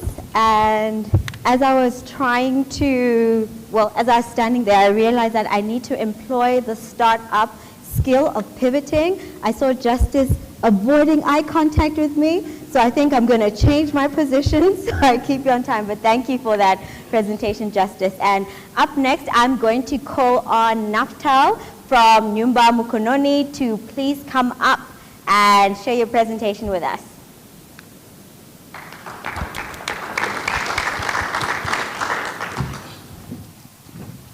Make sure I contact your eyes. Stand like that. Just is it working? Okay. Yeah, I hope this is working. So my name is Naftal Nyabuto. I'm one of the founders of Nyumba Mkononi. Nyumba Mkononi is basically, Nyumba is actually word for house, and Mkononi is actually word for hand. So it's a house in your hand. I keep talking about this story because everybody keeps asking me, so where did this concept come from? It's basically the story of Africa. We all construct incrementally. Most of us have grown up in suburbs where we have to construct over 5 to 10 years.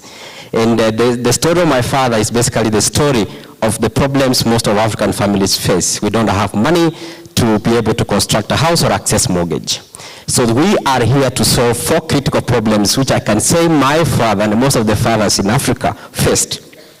One of it is that they could not be able to access financing. And it's not just accessing financing, accessing affordable financing. That was one of the major things. The second thing is because the income levels are low and the competing needs of families, they could not be able to save the money because they will save and they'll be able to use it for school fees and other things. What if they could have turned their savings into an investment and they start purchasing materials in smaller quantity of even $1 a day? What they could have done is that the savings could have been turned into investment. That means they could be able to build incrementally. And price fluctuation and value chain was a critical factor. If you realize how manufacturers manufacture, for example, produce construction goods up to the consumer, if you reduce the value chain, you end up reducing the cost of construction. So we should not be talking about construction materials which should be low prices if we don't solve the value chain problem. That means we should be able to solve a value chain problem, which is the critical factor of our solution. The next thing that is also very critical in this is allowing these people to have this platform and access quality, affordable materials. And that is the whole problem that my father was trying to solve. So if you look at this solution, we create a platform which is accessible through the phone, and this platform connects the prospective homeowner directly to the manufacturer.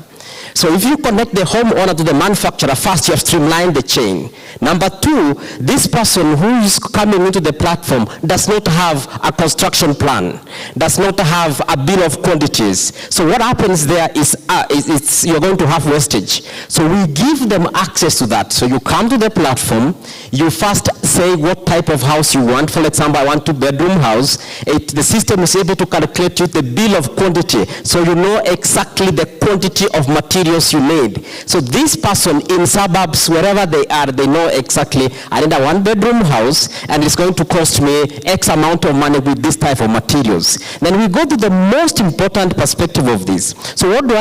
I need 300 blocks, I need 3 size of roof, I need type of cement. Then every day your dollar counts, and that is the most important part of this. That dollar that you have a day, you go to the platform, you don't save it. We call this purpose-driven savings, meaning you go there, you purchase that 1 bag of cement, and that 1 bag of cement is going to be kept for you until the time you finish your incremental construction on the phone. So it's a virtual construction. So you'll visualize and see your house grow on your phone. At the time that you arrive at your targets, then you are able to go to the phone and redeem materials. Remember, the house is already done on your phone. And then now you redeem your materials, they're going to be brought on your site. So you construct your house on your phone. Then what happens there? Most of the people, because the construction period is a bit high, we take about 5 to 10 years in Kenya and most of the places. How do we reduce your construction period? So it means if you reach your 60% of your construction target, two things happen. Because of your saving behavior of construction materials, that forms your credit scoring that we have developed in the system. So a financial partner now can come in and say, you know what, Naftal, you have done very well, you have reached 60% of your targets, we'll give you 40%. So it means you have reduced your time of incremental construction. We feel that this is going to revolutionize incremental construction. We should not be talking about incremental construction if we don't use the traditional approach of construction, that is the traditional construction method, and just visualize it, create technology around it. Why should we be coming up with material technology if we can't create access to them? Why should we be talking about affordable materials if you don't streamline the chain? Why should we be talking about affordable housing and the financial access if we don't create a way through which this person who is there in a village can be directly connected to a financial institution giving affordable credit? And that is exactly what you see here. In Kenya, this is people are using the app. We are allowing people from diaspora or in the country to construct regardless of where they are. As you can see there, they can access their construction, they can access their plans, they can know what type of house they do, then they can access their materials. We basically have or give access to people to construct their houses right in the palm of their hands. Whether they have a smartphone or they don't have a smartphone, they can be able to construct. And this is what we call, we have created the biggest ecosystem in Kenya of manufacturers, trying to eliminate the long value chain there. These are manufacturers you see there. And that is why we can reduce the cost of construction by very far. So far we have done about 12 houses in less than 8 months. People who have used our platform incrementally. And I'm very happy that one of the startups here, you should be able to say, he has used our platform, you should be able to say right from German, we are able to supply materials to his site. So that is been very well. That's why we feel that we need to take to the next level so that we can be able to have everybody, wherever they are in any village, they construct their house on their phone, reducing the cost of construction by almost 30%. Thank you.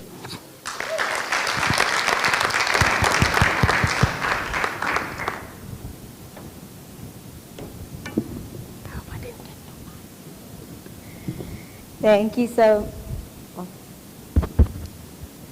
you so much for that, and thank you for sticking to our contract.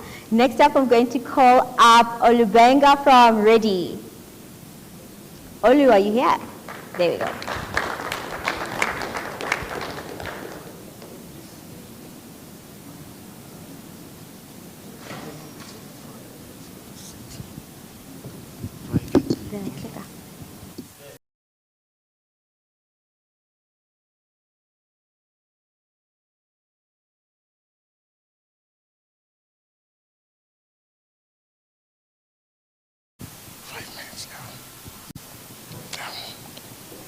Hi everyone, it's nice being here. My name is Olubenga Olubanjo. You can call me Olu for short. So I'm the CEO and founder of Ready, and what we do at Ready is we provide portable and grid-like electricity to household and businesses operating in energy-poor communities. So globally, we have more than 1 billion people living without access to electricity. In Africa is a continent with more than 600 million people living without access to electricity. Another 300 million are connected to the grid, but they struggle with reliable electricity. I'm from Nigeria, that's where I stay, and I spent the first 24 years of my life not living the shores of Nigeria, meaning that all through those 24 years, I struggled with reliable electricity, and at that time, I was part of those 70 million people that struggle with no access to electricity. So in Nigeria, currently, as we speak, we have 70 million people living without access to electricity. And 80 million are connected to the grid, but they struggle with reliable electricity. And Nigerians currently spend $14 billion annually on poor pollution electricity. That's a big challenge that we are trying to solve at Ready. So our mission at Ready is simple. we are trying to bridge the energy accessibility gap with sustainable and limitless innovation. And I will try to walk you through what exactly that means as we evolve as a company. So we all know that without energy, every single thing we are doing here today will be impossible. Like we can't have the slides on, we can't have the lights on. Energy is critical to all innovation. And because of that, we are personally driven by a need for critical change. And we leverage on our personal experience. I am an engineer by training and doing a lot of research in the market and also bringing a lot of professionals to create a unique technology that we currently deploy in the market and is solving critical energy challenges of individuals and businesses in Nigeria. So I'm introducing to you the Ready proprietary energy system. It's a system here. So it's an energy storage system that delivers 200 watts or peak energy, and it delivers it both in AC and DC power, meaning that you are not limited by just AC. You can by direct current. You can actually access both alternating and direct current through Ready. So we have the energy crate, which is used to transport the system, and we have the Ready energy station where the capsules are charged. Let me walk you through how the system connects all together. So the Ready capsule are recharged at the Ready energy station, which are strategically located in our operating communities. We have Ready ambassadors who are local business owners, local entrepreneurs, who collect these capsules from these stations with the energy crate. Customers go to them to rent the capsule for a daily rental fee of just 50 cents. And we manage this entire process through a mobile device of the customer and the ambassadors themselves. This model allows people to access electricity, allows people to access 24/7 electricity just the way they are buying milk. So basically go to your corner store and you access electricity and just pay 50 cents for it. The capsule itself is very proprietary. When you compare it to every other system that exists, it's very affordable. As you can see, it's mobile. I brought one all the way from Toronto, so you can actually move it everywhere.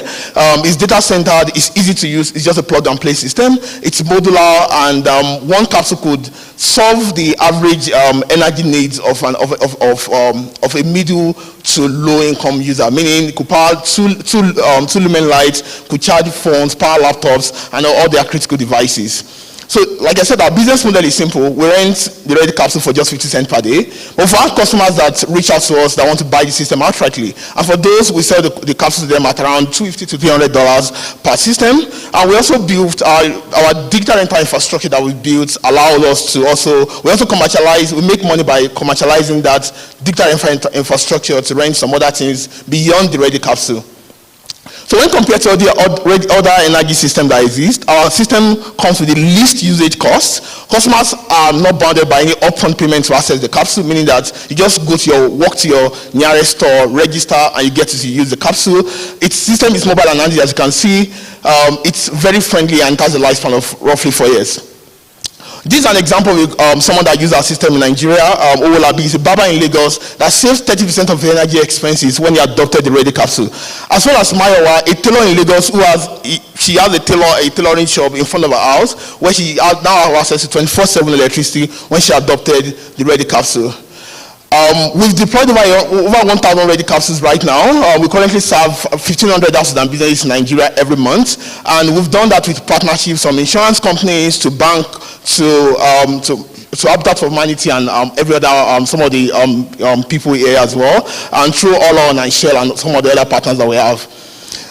With the catalytic funding that we got, our goal was to leverage on this funding to actually scale our network. So trying to see how we can leverage franchise model to scale Ready capsule adoption in the communities where we operate. And what we've been able to do is that we've been able to deploy over 100 capsules into those communities that we are exploring. We've designed and optimized the software that will be used to scale this ambassadors network. And what's ongoing right now is that we are trying to deploy the system and record the environmental and social impact that will be leveraged, that will be connected to the system. Our innovation comes to a huge social benefit. We impact good level 7, 9, 8, and 13 of the Sustainable Development Goal. Because of this, my clicker is not working. Oh, sorry. Clicker is not working. Oh, okay. And because of this, we've been globally recognized for our innovation, winning awards from global organizations, from MIT to Cisco. Just 2021, when Ready capsule was one of the best, 100 best invention of Time magazine. Okay, we did this with a growing team of amazing individuals who are very driven to change things and break stuff, and we've all continued to evolve. We're driven by a common vision to scale our innovation and increase the impact in more communities and regions across Africa. Like I said, we started with Ready, and our goal is to bridge the gap of energy accessibility. So we've continued to evolve as a company, introducing more products and more services as a company. Lastly, our goal, we are ready to change the global energy narrative. That's the reason why we are called Ready. I want you all to make the future with us. Thank you.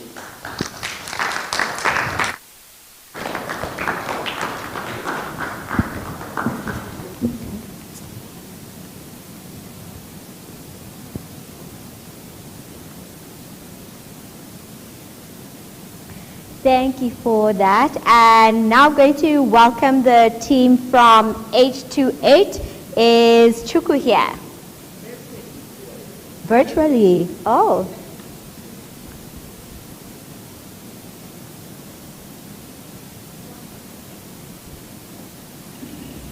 Hello everyone, my name is Chukwemeka and I'm co-founder and CEO at H28 Technologies. In 2021, the average mortgage approval rate in Nigeria was around 12%. And you can expect to find similar numbers across the sub-Saharan Africa region. Now, of course, there are many reasons for this, but it's mainly due to the fact that the methods that traditional financial institutions use to evaluate low to middle income earners for credit are simply not fit for purpose. And this contributes to the housing crisis we are currently facing. At H28, we are building a suite of tools that will enable low to middle income earners to qualify for housing finance by giving traditional financial institutions the ability to evaluate them for credit based on criteria that is more relevant for them, like rental payment history, daily transaction history, and cash flow underwriting. Our tools help low income earners understand their financial position, what kind of loans they could be eligible for, and what it might take for them to qualify for housing finance. They will also be able to improve their credit score, save towards a down payment, and apply for multiple housing finance products, all within one easy-to-use platform. In the 3 months since we launched the pilots, we have had over 1,500 people sign up, and more than 20% of them apply for housing finance. Our goal this year is to enable 1,000 members access housing finance through H28. At H28, we believe that every African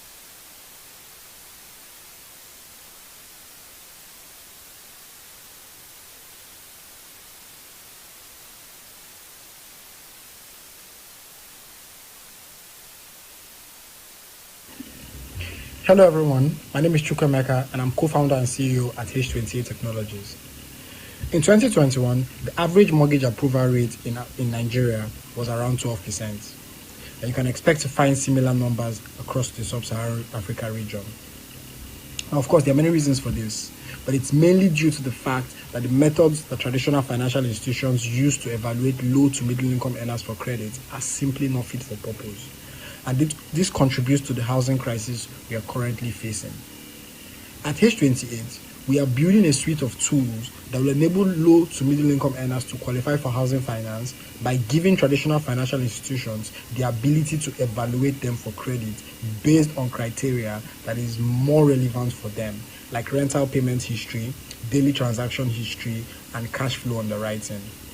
Our tools help low income earners understand their financial position, what kind of loans they could be eligible for, and what it might take for them to qualify for housing finance. They will also be able to improve their credit score, save towards a down payment, and apply for multiple housing finance products, all within one easy-to-use platform. In the 3 months since we launched the pilots, we have had over 1,500 people sign up, and more than 20% of them apply for housing finance. Our goal this year is to enable 1,000 members access housing finance through H28. At H28, we believe that every African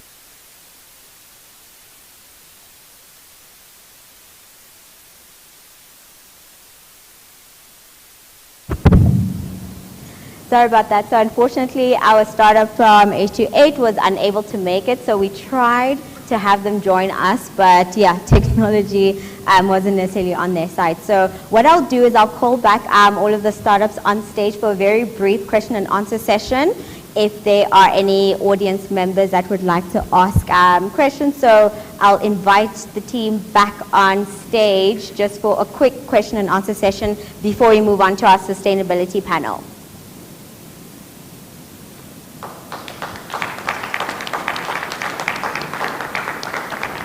Okay, Nick has the roving mic back there. Are there any questions?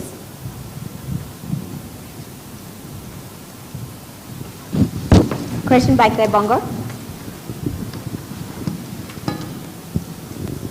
Hello. Firstly, congratulations to all of you. You guys have done a phenomenal job. I haven't been this excited in a long time. I actually don't know which horse to back. It's just, maybe we'll take all of them. But just a question for the Reddit guys. I mean, we're involved in the power space.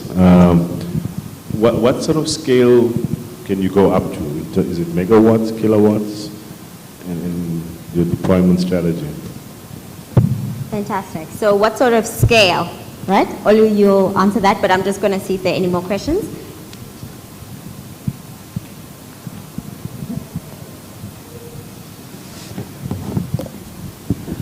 Question for Justice.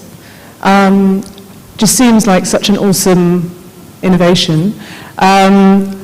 So in the end, you may become quite a big landlord, kind of, like in between landlord. And what thinking have you done about that in terms of the responsibilities or risks? You know, what if somebody decides, oh, we're going to actually just rent these things out and make maximum money next time? Or, you know, like how is that role sort of sitting with you, being such a big landlord potentially? Justice, landlord experience, and then we have another question here. Good afternoon. I concur with the first questioner. Congratulations. I think it's absolutely inspiring what you've achieved. My question is to the panel. I'd like to know, apart from the financing, what are some of the other challenges that you have had to overcome in this journey? And perhaps the second part to that, how have you managed to get community buy-in into this new technology or into these new ways of thinking? Thank you. Fantastic. So can I ask you to take the challenges question, and then you can take the last part of the questions around how you've actually overcome some of those challenges. Yeah? Okay. And I'm going to ask you guys to be short, sweet, succinct, all the S words as you respond. So we can go with you first, Olu. Thanks so much for your question. For the scale question for Ready, so the way we designed the system is that we, for the first version of the system was not modular. The second version of the system allows you to combine more systems together for high energy operation. So if you need like 400 watts, you can combine it. But what we've also done recently is just this, we are using a new, what's it called, product. It's called Big Energy, and we also have another product called Energy Box. These products are like 2x and 10x of Ready Capsule, and it allows customer to access, like if you need 2 kilowatt hour energy, you can access it, or if you need 500 watts, you can access it. So that's the way we are thinking about scale, and our goal is to continue to build on those blocks as customer makes those requests. So the new product we introduced now was a function of what's called requests that we got from customers. Some customers needed more energy because they are renting 2-3 systems, and we just felt it's time to now introduce more to them. Thank you. Thank you for that, Olu. It sounds like we need you here in South Africa, hey? And over to you, Justice. So your question was around the landlord experience, yeah? All right. So thanks for the question. We are a property management firm for over so many years. So we are preparing ourselves to take over or, manage our own properties. Property managers actually manage properties on behalf of owners. So we have experience, we understand the market. The risks involved regarding becoming a landlord, we know it all. So, but we're still learning. But with property management experience, you should be able to mitigate any risks as a landlord.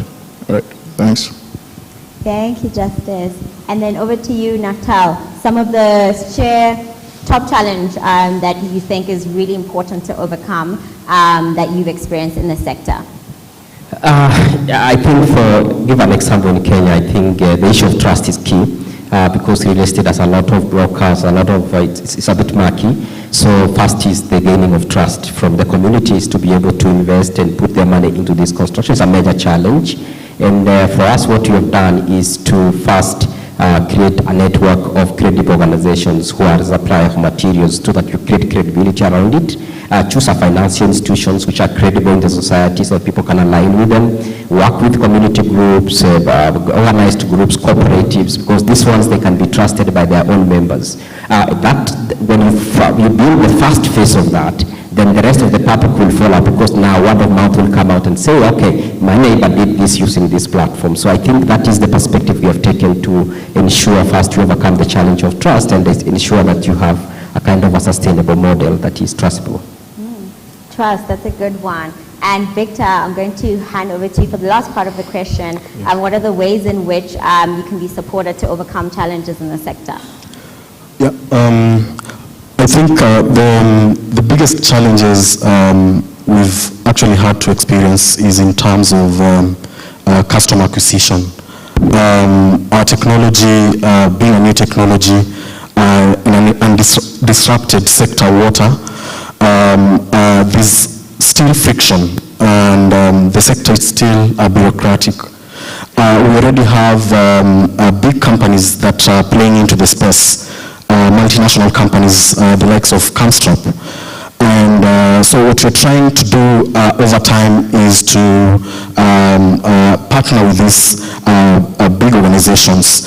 Of course, we do a lot of education, enlightenment, and in cases where we need co-marketing, we actually maximize these big companies to enable us to actually set out in different markets. Yeah, so essentially it's marketing, co-marketing, and partnerships with the big companies. And I think that's such a core theme for a lot that we've been discussing here, right? Collaboration and help to commercialize as well. Absolutely. So bigger corporate network. Yeah. Thank you so much for that. And with that, thank you guys for being open to answering questions and answers. I think we can give them a round of applause.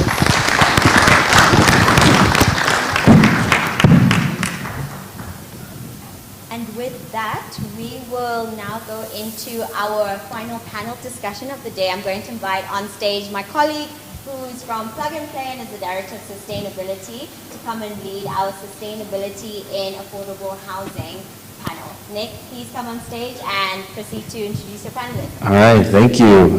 So before I set some context, I would actually just love our panelists to come on. So Veer from Green Design Africa, Karine from BDO, Scott from Habitat for Humanity, and Sango as well from Green Building Design. Please give them a warm welcome. All right. You know, I was listening, we had a long day. In some ways, the entire day was sustainability. In some ways, it was not.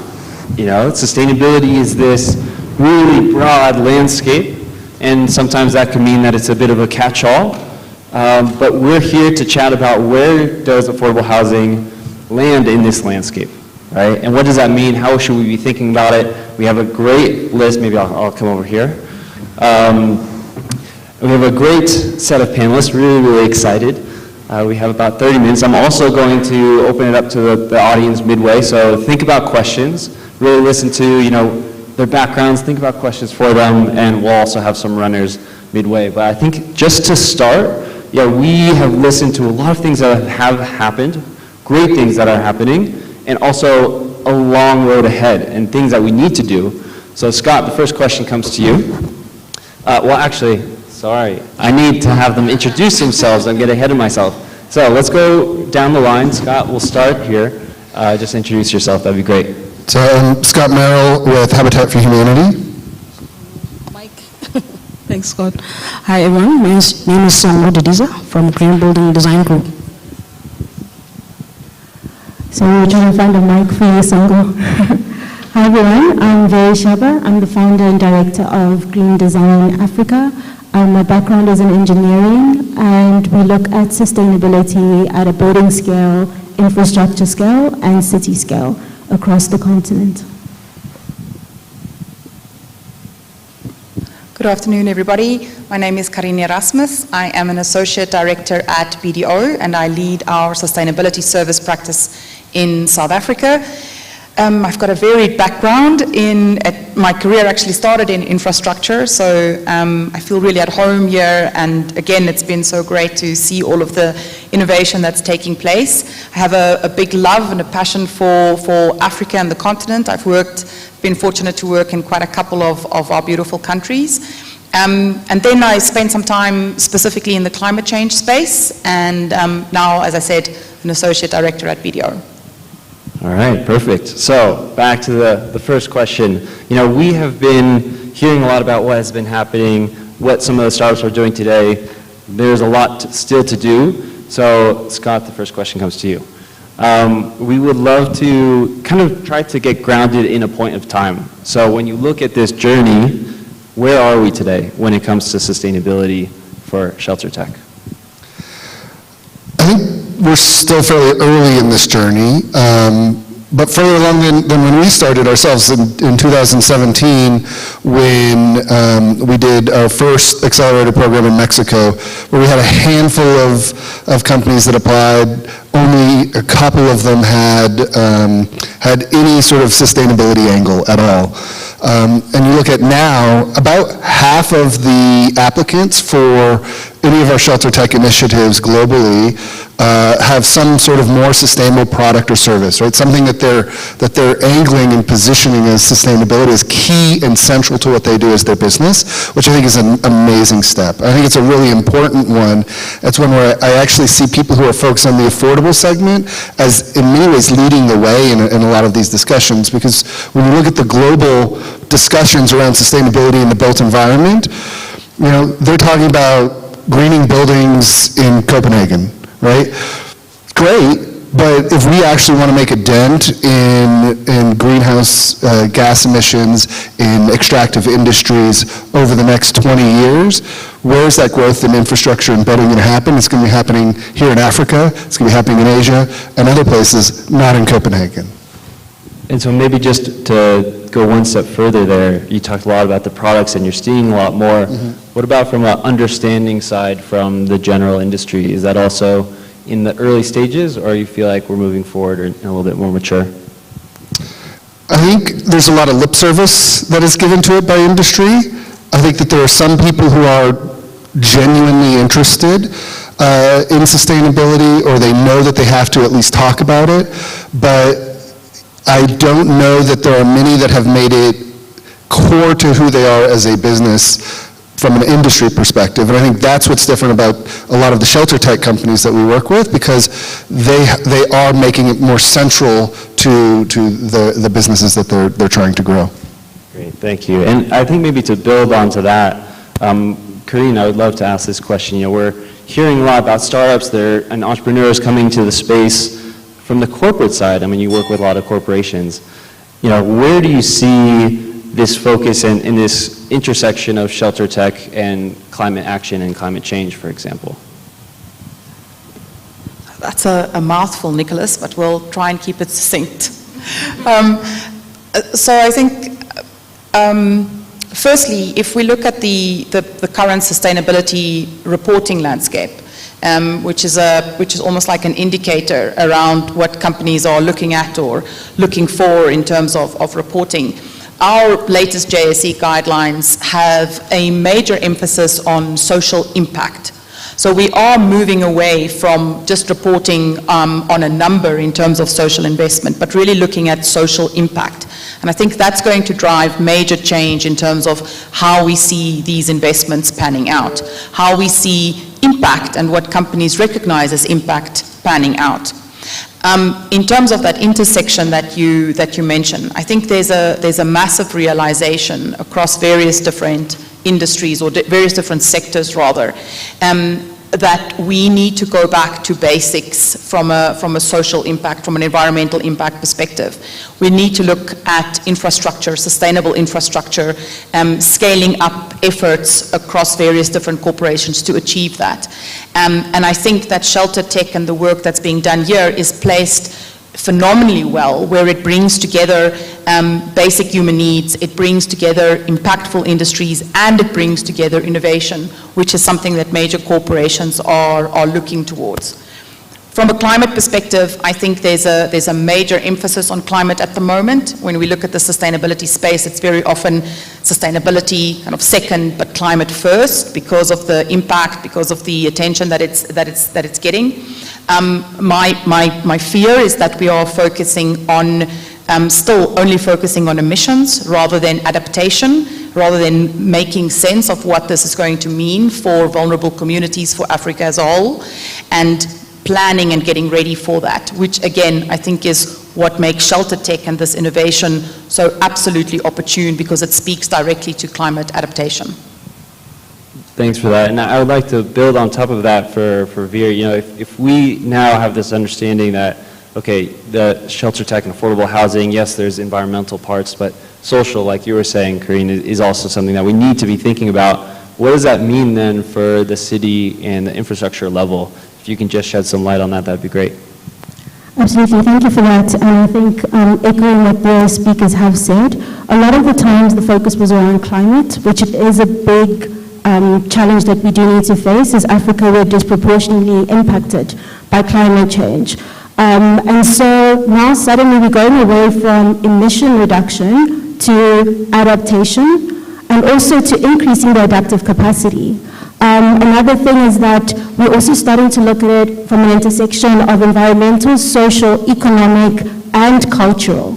So looking at how do we start using more bio-based materials and going back to vernacular architecture. And then also just economically, I think that if we look at the least developed countries, out of the 46 of them, 33 of those are in Africa. If you look at the poverty rate, 419 million people across our continent live below the $1.9 line. So how is someone like that going to be able to afford housing? And so I think that if you look at cities and what they're trying to solve, they have a lot of competing priorities around your environmental, social, economic, cultural. And so I think that, you know, where do they start? And hopefully with this panel we'll be able to kind of get to that answer. But we have a lot of competing priorities, and that's something that we need to solve from the people who are part of this program. Maybe can you share a little bit more on like what you see are those competing priorities? Absolutely. So if you look at some of our cities across the continent, a lot of them are rebuilding within a city that's already been built. And when the city was built, the urban morphology was not about integration and economic, well-being of the people. The poorest people live the furthest from the economic centers. And so it's thinking about how do you rebuild a city that's already been built? And then how do you build a city knowing that the fastest urbanization rate is in Africa? There's a lot of rural-urban migration. How do you, where do we start? How do we look at rural areas? How do we look at peri-urban? How do we look at urban? So all of these questions, they can't be answered just by engineers or architects or urban planners. They have to be answered by every person looking at their sphere of influence and how they can contribute towards that. Yeah, I can imagine we were chatting earlier around like this competing priorities of proximity to transportation versus education versus, it's like I could see that being a big challenge. And now, we've gone from corporate to kind of city infrastructure. We'd love to see, does this hold now still within the building level? So Sango, I'd love to pass it to you.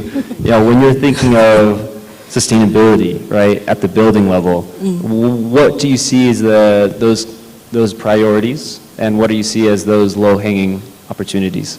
Yeah, no, absolutely. I think I liked some of the points that were raised earlier around just going back to the basics. When we're building a house, whether you're building a house, you're building an office, you're building anything that's being built, what is it that we're trying to provide, for the end user? So having the end user in mind, then my colleague here will know this, particularly when you're consulting or you're a partner to infrastructure projects, you have to be thinking about the inhabitant of that particular building. So it's going back to the basics and also aligning ourselves with education, particularly in making sure that we're bringing as many people along with us on this journey. Luckily, in the building sector, there are certification schemes where you can measure, because we talk about measurement as well in the sustainability journey. So we're measuring as we're going along, but we're also thinking about the end user as we're building and planning. Yeah, measuring is interesting. We're also talking, right? Measuring might be much easier for these environmental measurements, but yeah, do you guys have any thoughts on when it comes to what we should be measuring from a social side? And this is maybe open for anyone who might want to answer this question. We were looking at you. I noticed. One of the interesting things I must just also put out a big disclaimer. Reporting is it's only a slither of sustainability. It's a snapshot. It's not sustainability in its essence. But what's been really interesting is in our new guidelines, or in the new JSE guidelines, where in the past we, for instance, focused on, how many of your employees are paid a minimum wage. We've now moved into, do you pay a living wage? And how do you define a living wage? So we've moved away from a purely quantified and almost a regulated number into really what is a living wage, and do you understand what that means for your employees? And that's just one example. Social impact is still one of those elements because it has so many different lenses and so many different layers. It's not as easy to put a quantifiable number to it holistically. But if you start breaking it down from an education perspective, access to education, if you start breaking it down from a health perspective, you are able to put some of the dots together, or to pull some of the dots together. I'd also love to add to that. So I think when it comes to looking at social measurements, I think it comes down to equity and dignity. So I've been fortunate to have traveled to 24 African countries and still ticking away, trying to get to the 55. But I think the main thing that we see is, are we providing access to healthcare, education, clean energy? And when we talk about affordable, we're already making an assumption that someone even has money to begin with. So affordable to who? How do we define that? And so I think slowly the sector and the industry is starting to get taxonomy and language around what social looks like, because you cannot have a green building if it has a negative social impact. That's not a green building. And I think that's one of the things when I was working at World Green Building Council, we started to see that there was a difference in how Africa defines green. Yes, we're trying to address carbon. Yes, we're trying to ensure we don't have climate change. But we're also looking at circularity, which is resources. 50% of resources go towards building. And we actually starting to say, at the end of the day, you're building for people. And every person, no person left behind, building for vulnerable communities, people who are disabled. There's so much that we need to do, and also building for the urban poor. So there's a lot to it. I think we're still defining that, but even as I said, the term affordable to who? Yeah, I'd like to build on that, because I think, when we're talking about reporting, intentionality is so important, right? And when we're talking about ShelterTech and building a home, there are so many aspects of a person's life that can impact. And so being very clear as a startup or as a company that this is why we're doing it, this is what we want to achieve, is so important. And if you're not intentional, then you're not going to be measuring the right things. And then the other thing that I think that we can do better as supporters of startups and people in this space is to figure out how do we help right size the ways that people can gather that evidence. Because there are, say, carbon calculators that are out there that have been developed, right? And sustainability is not just about climate change, but a lot of them are not really feasible for a startup to be able to use. So how do we build a lower cost tool for them to be able to do that, right? How do we help measure the impact of the access of water and what that is doing to people's health and homes, and how do we help startups who are operating on a shoestring budget oftentimes be able to gather and report that level of evidence? So I wanted to I share a quote that, when you said intentionality and why you do things. I heard from a really reputable entrepreneur. He said, people don't buy what you do, they buy why you do it. And that really stuck to me, and I think that pulled it out. I would love to pause just to see if there's questions from the audience for a little bit, and see if there's anyone who wants to ask a question for the panel before we move on and switch a little bit of focus here.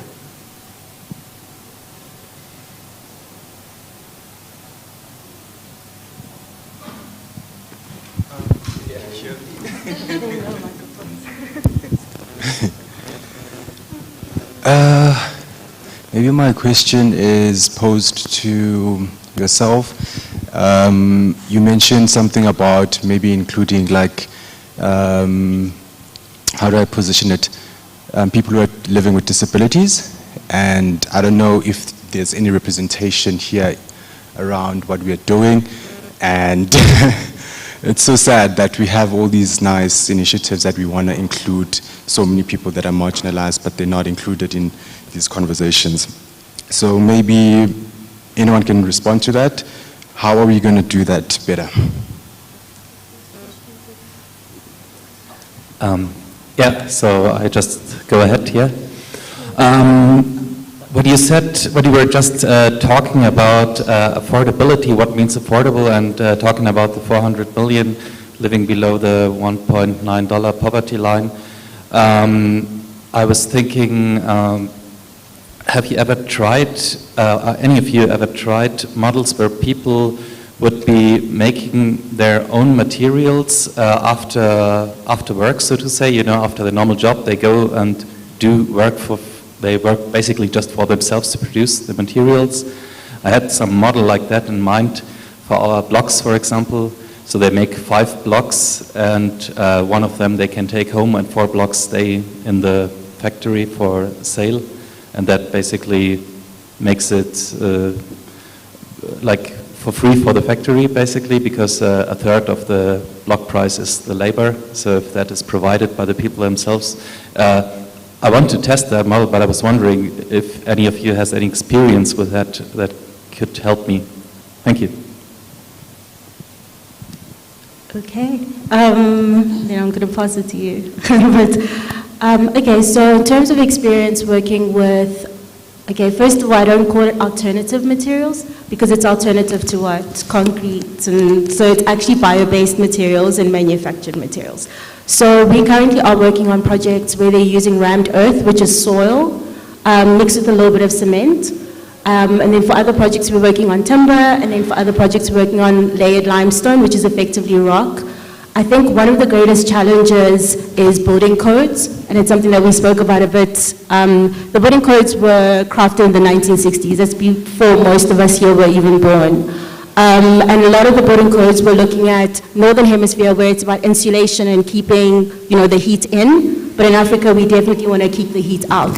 So one of the greatest challenges is that, and I think why I love this whole space is it's about collaboration. It's about someone saying, you know what, I'm going to take a bid on this. So even with the Rammed Earth project, for instance, we had to push the consultants and the engineers and the government and the cities, and we had to do that. But it's about that first move, and as soon as that first move is done, then you start seeing the traction in the market.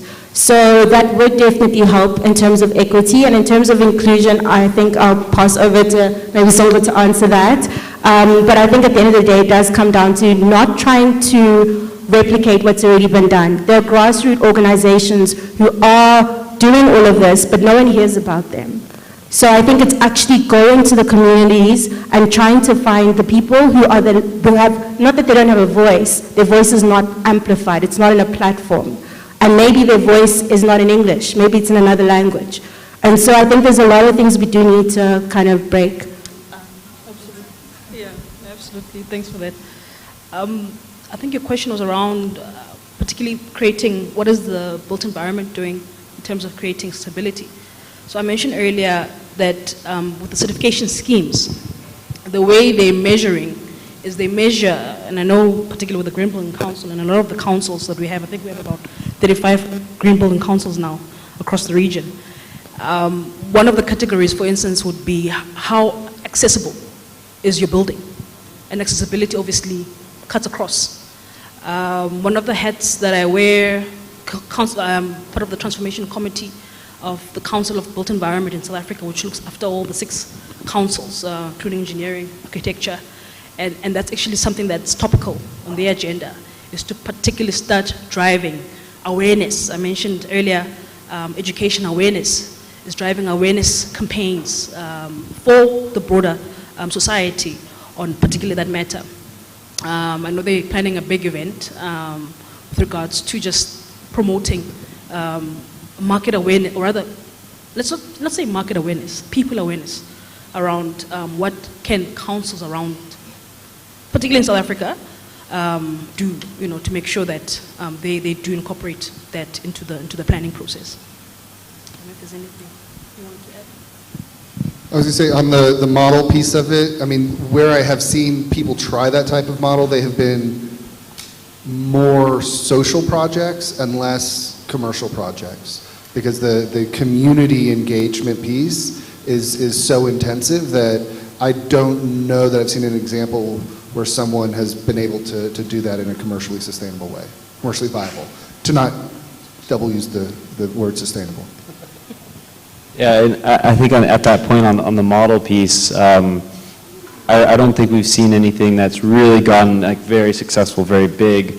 But those who are trying, I think the big piece is giving them a roadmap. So we've seen some companies being able to give a community some sort of technology, some sort of machine, for example, that empowers them to be almost an entrepreneur. But as you know, probably better than I do, being an entrepreneur is hard. So you can give them the machine, but you need to give them the tools behind that to create the community engagement, to be able to sell those 4 out of 5 products. And that is also very, very hard. And I think that's where, if that roadmap is very clear, and maybe there's been proven roadmaps, I could see that being interesting, but I haven't seen a really very big, successful example. I think let's switch a little bit of focus here. You know, we have still 8 or 10 minutes or so, 8 minutes or so, 8.5 minutes. Veer, I'm going to you here. You know, when it comes to addressing some of these challenges and things and nuances around sustainability that we've been talking about so far, what do you feel like is that challenge that's maybe holding us back from really taking action, and what do you feel like is that catalyst that we really need? And this could be building level, city level, corporate level. Well, that's a hectic question. I'll try my best to answer it. I just wanted to note something, that when I did mention about the bio-based materials, we're actually doing that at a commercial scale. So I'll definitely keep everyone updated. And I think that that's one of the things is case studies. I think case studies would be helpful, because when the Paris Agreement was done in 2015, everyone was incredibly excited, and then people started to stop and say, okay, we actually don't even know where to start. Like, what does that look like in a country that is tropical? Or, so many questions started to come up. So I think one of the greatest challenges is finding case studies. I think that another challenge, and the more I think about it, is not that we have a housing problem, I think we also have a finance problem. So people are unable to access finance to be able to do some of the sustainability, and maybe the financial models need to change. What happens to someone who doesn't have a credit rating? What happens to someone who is unbanked? How do there's so many questions, and I think the financial model needs to change. And I think the third one is just taxonomy. So when I say sustainability here in South Africa, it looks different in Kenya, it looks different in Ghana, in Nigeria, in Djibouti, in Gambia. Like, it looks different across the continent. So what does sustainability mean? And I think we're really all struggling to kind of find what that answer is. So I do know that there is a summit that's happening in September with all the African heads of state who are going to come together and say, this is what we believe sustainability and climate action looks like. What we know for certain is that we need to move fast. As a continent, we are seeing damage and natural disasters just here in South Africa. And so we do need to almost move while other aspects of it are moving. Like, we need to solve the problems at grassroots level already. And maybe Sango, if you can build on top of that when it comes to the building level, do you feel like there's some of those more low-hanging fruits that are catalysts today that can be implemented, that are ready for building to be able to scale? I mean, we've heard from a lot of different solutions already today, but I'm curious to get your thoughts. I'm going to be a little bit naughty here and go against you a little bit. Just in terms of, I don't think there's a lack of finance. I think just sitting here in this room listening to the innovators that were telling us how much they've raised up till now and what they're looking for, maybe to also bring it into a bigger context. IFC published a report in it was around COVID, during COVID, the lockdown. They estimated the green building market to be at, or rather opportunity, at $24.7 trillion. And this is in emerging markets. I think about $850 billion of that was really, particularly in the residential market, within the African region. So I don't think finance is going to be a challenge, but maybe where I do agree with is the packaging. How do the entrepreneurs, the innovators that are wanting to build for scale, because scale is what we need, how do you package that? And I'm glad there's such ecosystems like these that are particularly creating that platform for the innovators to come together and be able to package their solutions for scalability, which is what we need. Mentioning South Africa again, a lot of stats where I'm a data geek, so I love it when I see numbers. In South Africa, for instance, so we had a backlog of about 2 million in the affordable home segment about 20 years ago. Guess what that backlog looks like today? Still sitting at 2.5 million. So there's a big need for us to scale. I don't think finance is going to be is a challenge. I think just how we package our solutions for the funder, that's really, and kudos to the guys at Plug and Play. I think you guys are doing a great job with regards to that, but we probably need more of you guys than the solutions themselves, because we're not lacking in terms of solutions. I do think also, you touched on this point earlier, the building codes. And as much as we do need them, because we can't compromise on structural integrity at the end of the day, and you as an engineer, I'm sure you can agree here. So the building codes have been a limit with regards to how we can innovate, but it's not to say that we must stop there. But it is a starting point. We need to make sure that the things that we're building, your point around, you raised a point around the rammed earth. We need innovation, but we need to also ensure that the policy is enabling for that to happen. Yeah, I think from the financing side, as you pass the mic, I think the financing side, there's maybe a lot of financing. I also find that maybe an important piece is making sure that financing is going to the right areas for the right impact and whatnot. But I think you have something to add. I want to agree with both of my colleagues, so I'm not going against anybody. I think that if we look at, and I'm glad that the Paris Agreement was brought up, for instance, and this whole discussion around using different kinds of materials and the linking that back to financing. If we look at climate financing today and what is available and the breadth of what is available, I agree, absolutely. There is ample opportunity. It is about how do we access that from an emerging economy perspective. Because if you look at the parameters set for carbon offsetting when it comes to, or carbon credit potential when it comes to materials or building typologies, those are just not applicable to emerging economies, to developing economies. They are just not applicable to Africa. In essence, the way in which we look at, for instance, carbon target setting. So I heard what you mentioned about carbon calculators and mentioning that they're not fit for purpose for the African context, and I cannot agree with you more. Our way of calculating carbon, our way of setting carbon targets and evaluating carbon targets from a developing country perspective, from an African perspective, is just not applicable.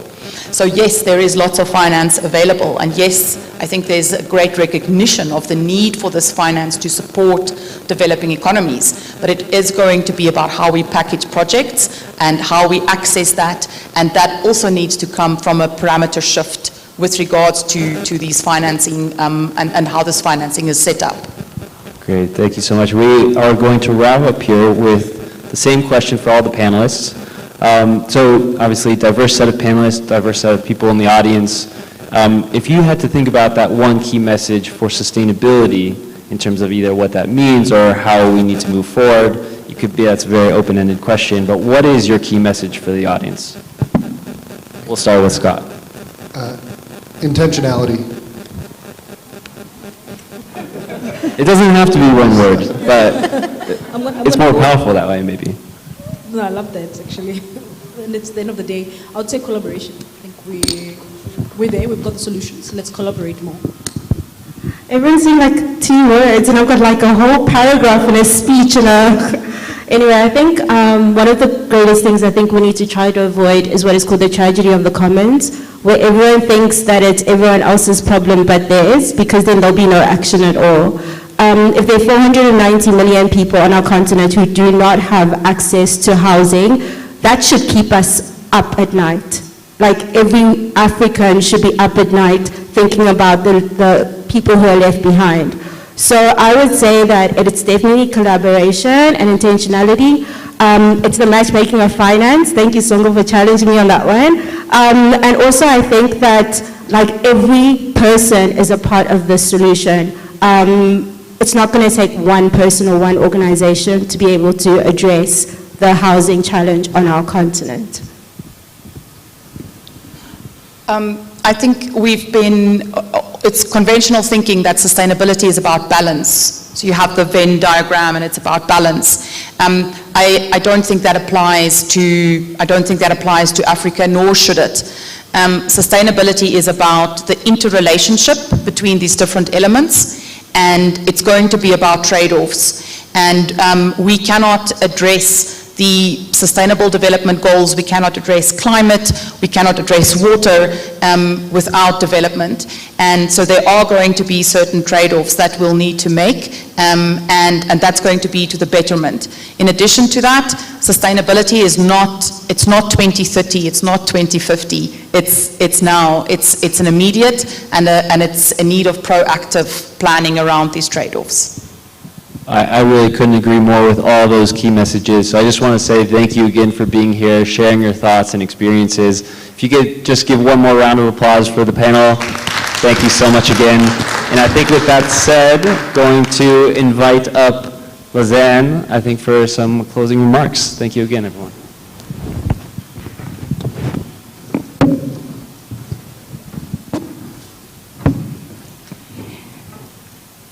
Ladies and gentlemen, this was it, the ShelterTech Global Summit.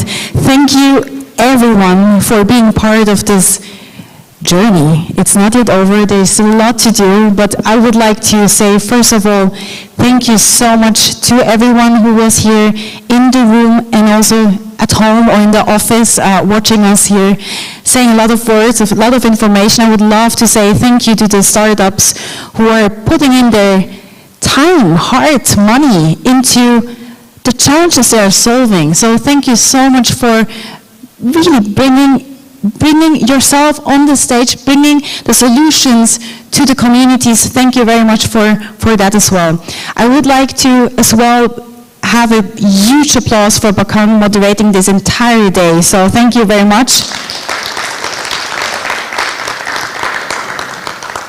I would like also to say thank you to Plug and Play for not just being a fantastic partner in this journey of the accelerator, with the entire team, with Jan Keller, who's like looking, ready for a drink, but really also for the entire team, with Nick, with Bongo, with everyone here in this room, not just for this accelerator, but really also to bring a ShelterTech vertical, hopefully very soon in May, to the ecosystem in Africa.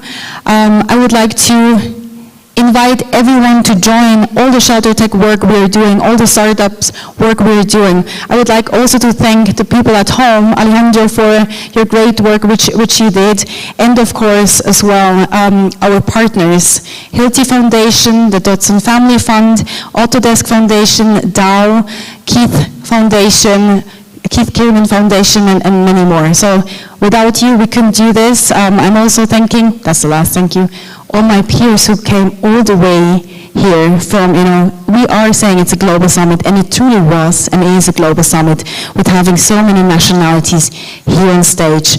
And normally I'm ending a conference on a high note with a power, very much energy, but I would like today to try something else, to be a bit more, thinking about what we just heard the entire day, and that's why we created these postcards here, which you have hopefully not under your,